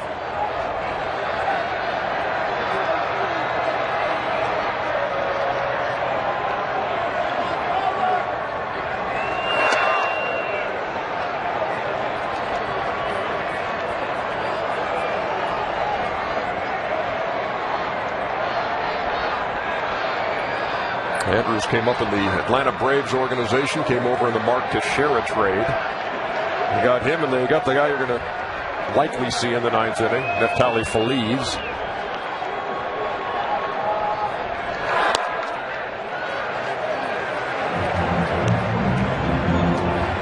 When you look at Elvis Andrus, I think you'd be remiss if you didn't talk about Omar Vizquel, who was over here in his rookie campaign, helping him along to learn the position of shortstop. Omar, of course, one of the best that ever played the position. And one of those rarities of an everyday player in his 40s, still performing at a high level as he did for the White Sox this year. And moving over to 3rd base was Omar Vizquel.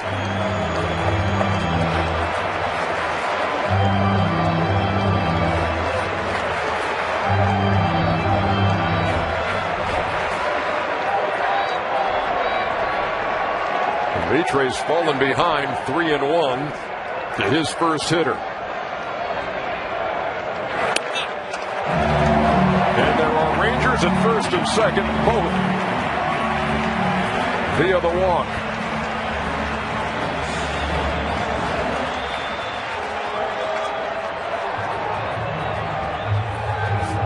CeCe last night, Phil Hughes today. You know, we've talked about the tough road last night, the bullpen for the Rangers.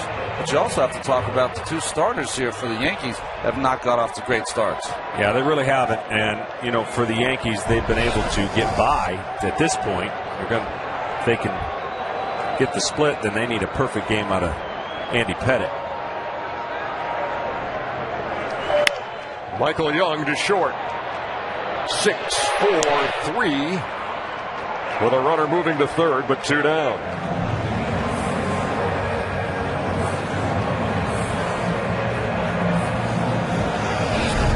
So Cliff Lee gets the ball against Andy Pettitte at Yankee Stadium in Game 3 Monday night here on TBS. A lot of credentials there, a lot of experience, and a lot of success.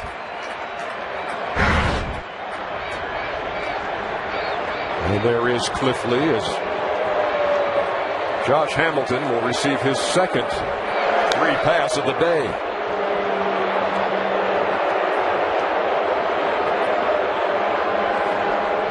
So Hamilton has been to the plate 5 times in this game and has not put the ball in play. 2 walks, 2 intentional, and a strikeout.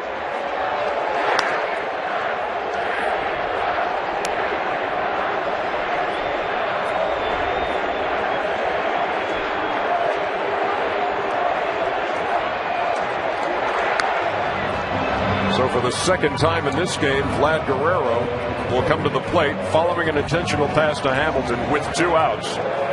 In the second, he hit a ball at Rodriguez, who handled it himself and got a force at third to end the inning. This is a pretty good matchup, though, for Vladimir Guerrero, because Sergio Mitre is a sinker ball pitcher, likes to pitch down in the strike zone. That's sort of where the strength of Vladimir is.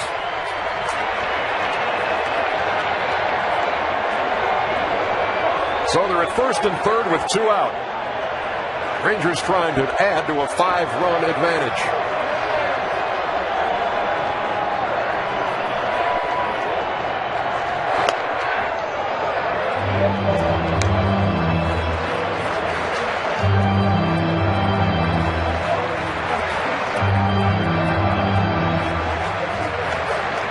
Guerrero's 1 out of 4, singled in the 6th.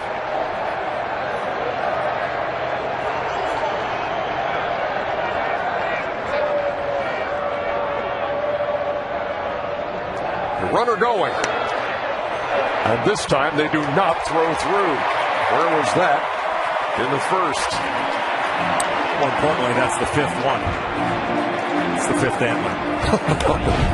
More importantly, that's the 5th antler, he says, as Hamilton swipes the bag.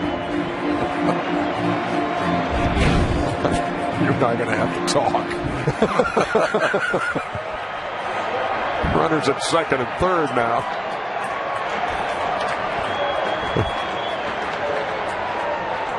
And an 0-2 count to Guerrero.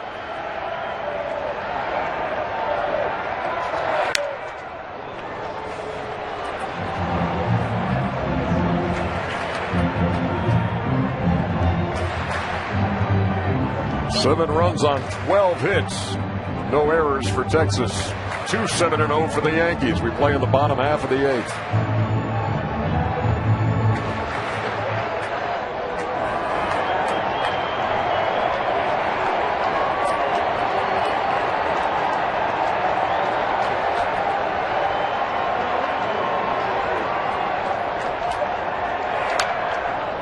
Just did stay alive again. It stays 0-2.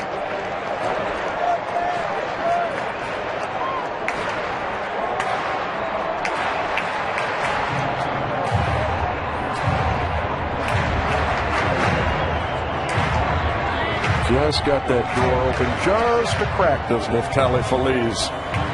Watching the action in the bottom half of the 8th. Can't wait to come in. This is, give me my cue. I'm ready.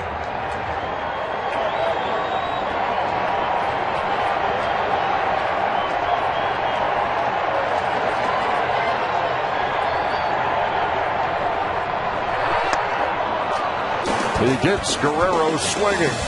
And more importantly, John, that's the third out. That is the third. We head to the ninth in Texas.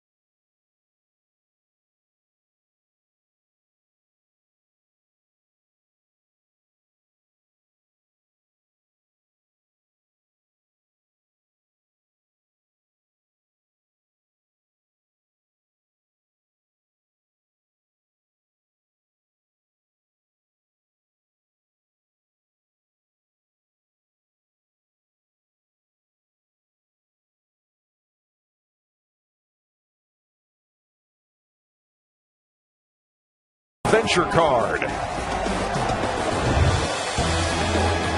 7-2 as we head to the ninth.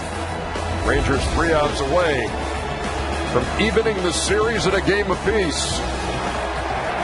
And Neftali Feliz is on to face the top of the New York order. Derek Jeter takes a strike.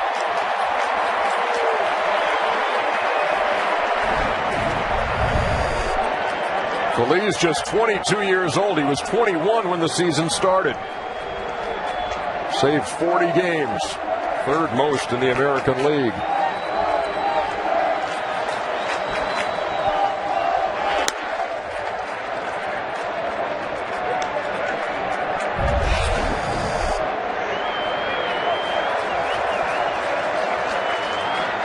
Derek Jeter's had an infield hit. That came in the third, walked in the seventh. Also struck out a couple of times here in game 2. Think he's a little jacked up? Yeah, one of the things that'd be interesting, I mean, it's good that he gets in this game and gets the feel again. You know, he struggled a little bit in Tampa, but the key's going to be how does he do in New York? New York is one of the most unbelievable places for a visitor to go, and for a young guy, I mean, 40 out of 43 is nothing to, that's outstanding, but this is a different atmosphere. And at home, you feel comfortable. On the road, it'll be a nice challenge.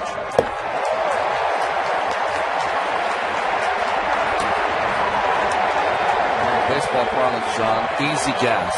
Just really doesn't put a lot of effort to it. 98 miles an hour.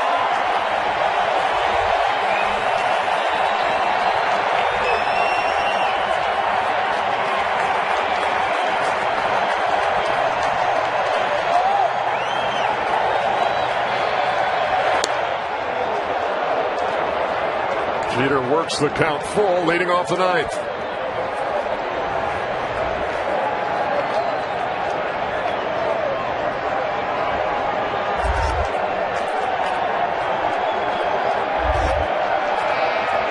36-year-old Derek Jeter, 22-year-old Neftali Feliz. Run away.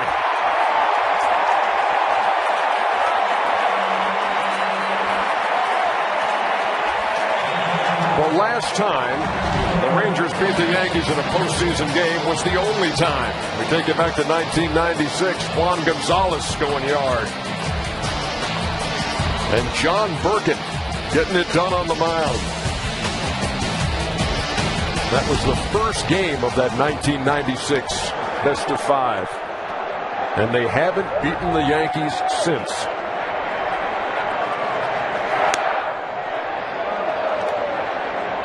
That streak reaching 10 games with game 1 of the ALCS last night.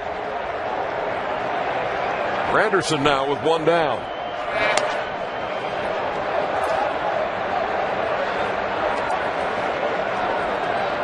Interesting to watch such a young guy get on the national stage the first time. Always the same, right, John? Overthrowing just a little bit. Hard to rein in all those emotions that you have out on the mound.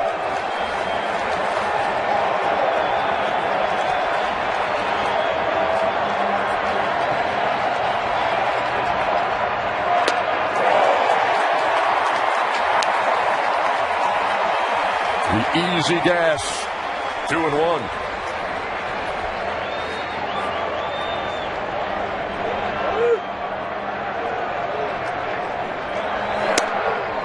I know he's blessed with a fastball, but at some point in this series, especially in New York, going to have to get another pitch over.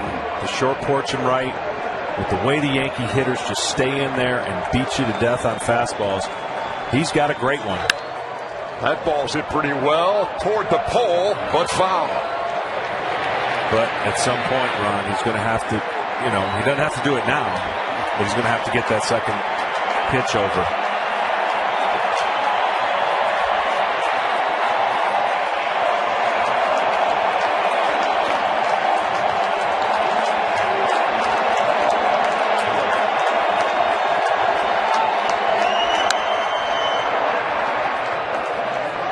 Typical tough at bat from Curtis Granderson.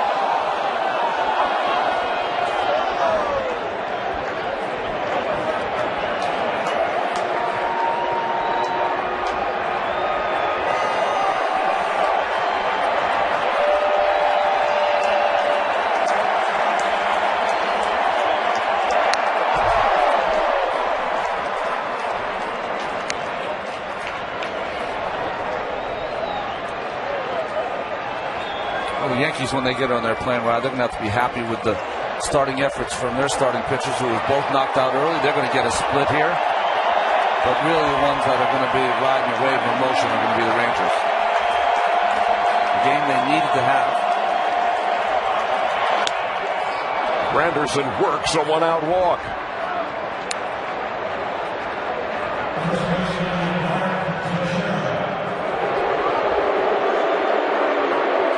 We invite you to stay tuned for Inside MLB, presented by Captain Morgan, Matt Weiner, Cal Ripken, Dennis Eckersley, and David Wells. Bring you highlights of today's games and all the post-game chatter from Game 2 of the American League Championship Series. In Atlanta today. New York on Monday. They'll be in New York with us on Monday. Great. Here's Teixeira.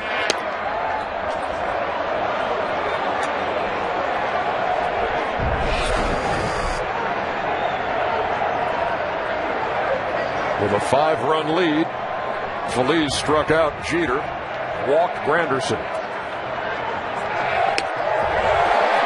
And it's 1-1 to Teixeira. Here's one of the things you do when Tex is up. It's like a softball version of the extra outfield. You're playing short field.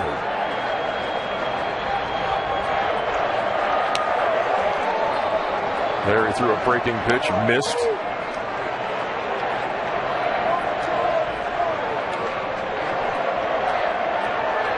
Kind of surprised Granderson staying at first, to be honest. At second base.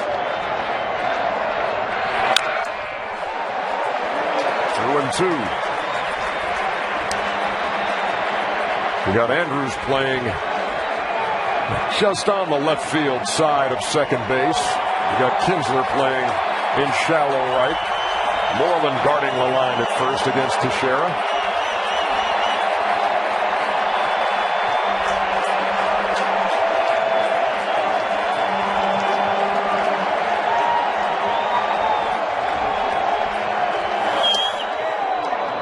And another full count.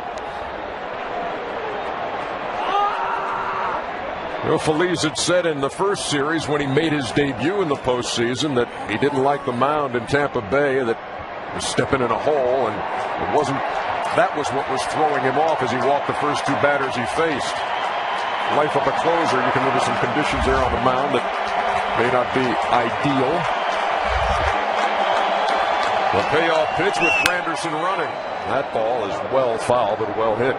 Yeah, one of the things, I mean, you do have, if it's bad, you have the option of sending somebody out there to fix it, but you don't really have the luxury of being able to set your own mark like you would as a starter. Now, he pitches off the severe first base side, so chances are, unless you got another pitcher that's doing that, but it's that landing spot that you're worried about more than anything. Runners are at first and second, and Feliz was just hit with the throwback by Molina.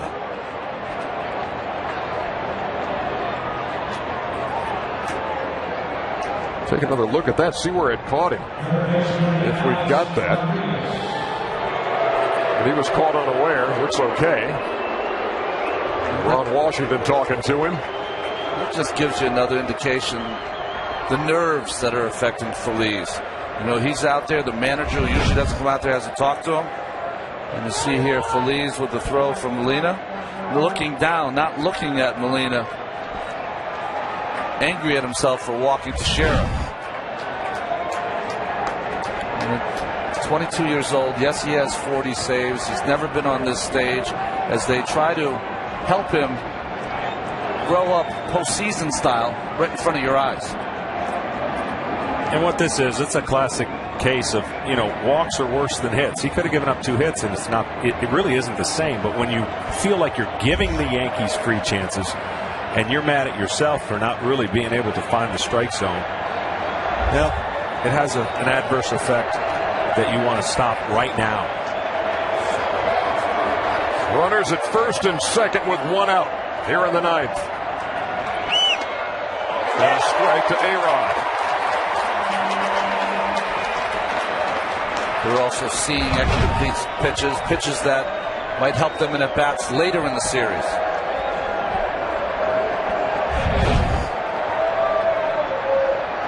Granderson at second. Teixeira at first. Rodriguez at the plate. Even though he did not get that call, that was a very effective pitch. It changes the view of the hitters. You don't just get locked in on fastball, fastball, fastball. It'd be great if he could double up on that pitch, wouldn't it, John? Sure would.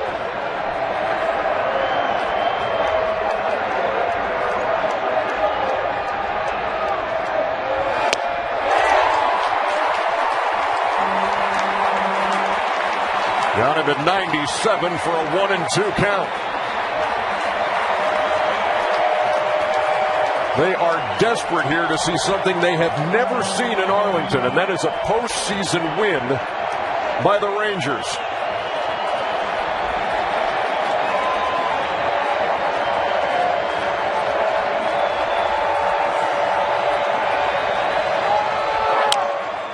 High chopper. Young gets the out at first.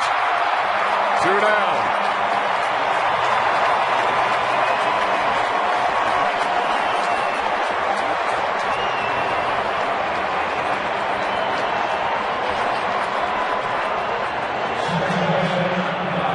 Saw an exchange there too, there from the kid shortstop Elvis Andrews to the kid closer Neftali Feliz, a little clenched fist, and here we go, one more.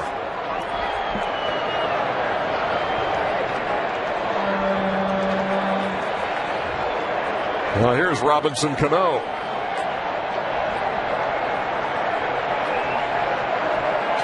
This is one thing the Rangers are going to have to get better at, though. 7 walks today. Can't do that at Yankee Stadium, although none of them have scored.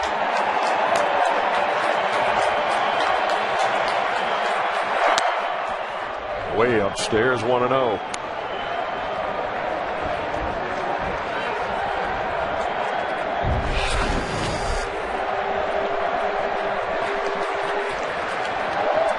Lee's working with the luxury of a 5-run cushion. 2 Yankees in scoring position for Robinson Cano.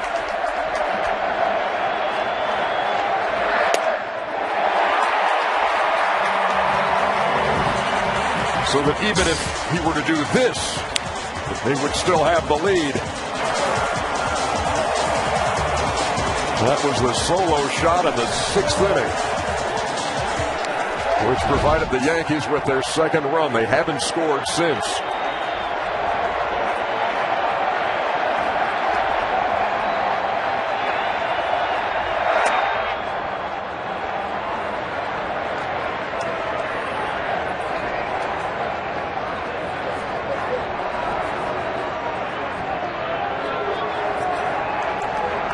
Young Feliz looking at his fingers, John. No saliva coming.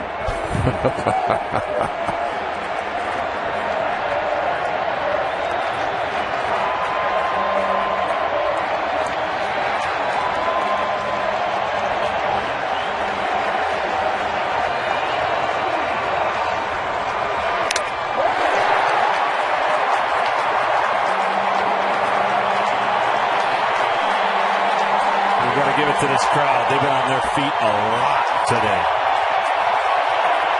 A strike away from evening the series, a strike away from a franchise first, a postseason win at home. A strike away from snapping a 10-game losing streak against the Yankees.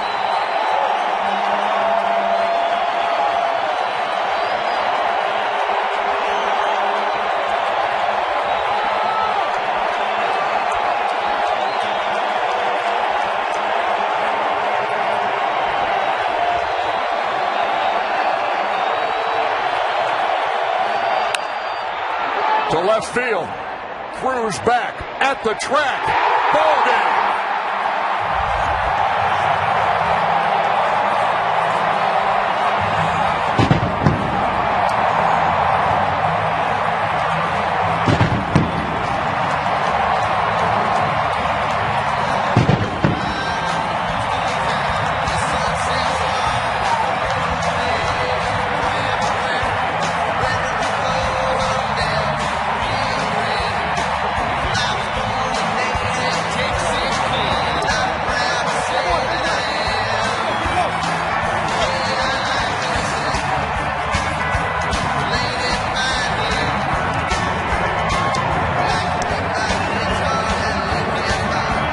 From 1961 to 71 as the Washington Senators, it never happened.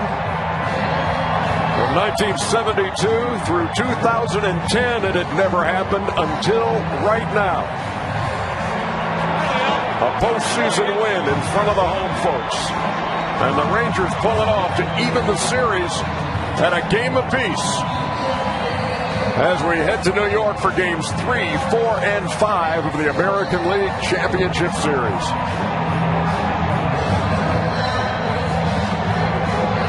Let's go to Craig Sager. Well, thank you very much, Nelly Cruz. A sensational postseason so far. 7 extra base hits, but I think you're more proud of catching that final out and getting this victory. You kept the ball. Yeah, definitely. We want to get out of that.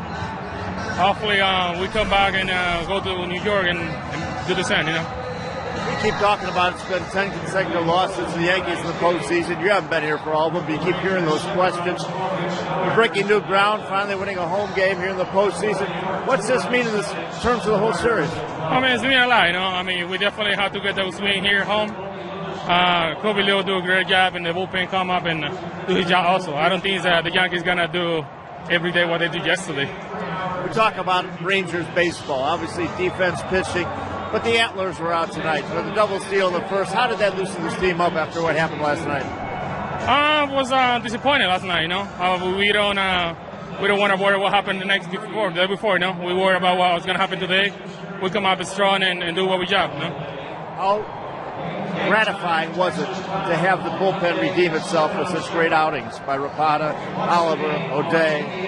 They've been doing that all year long, during the season. And I don't know why they cannot do that in the postseason also. Well, congratulations. See you in New York. Thank you. All right, thank you very much, Craig. And Nelson Cruz, our final score tonight. The Rangers win it 7-2 to even the series at a game apiece. Be sure to tune in on Monday on TBS for Game 3 of the Rangers and Yankees. Coverage begins at 7:30 Eastern with TBS MLB On Deck, presented by Jeep. For Ron Darling and John Smoltz and Greg Sager and the rest of the crew, this is Ernie Johnson saying goodnight from Arlington. TBS is your exclusive home for the American League Championship Series. Now stay tuned for Inside MLB presented by Captain Morgan. And remember to drink responsibly.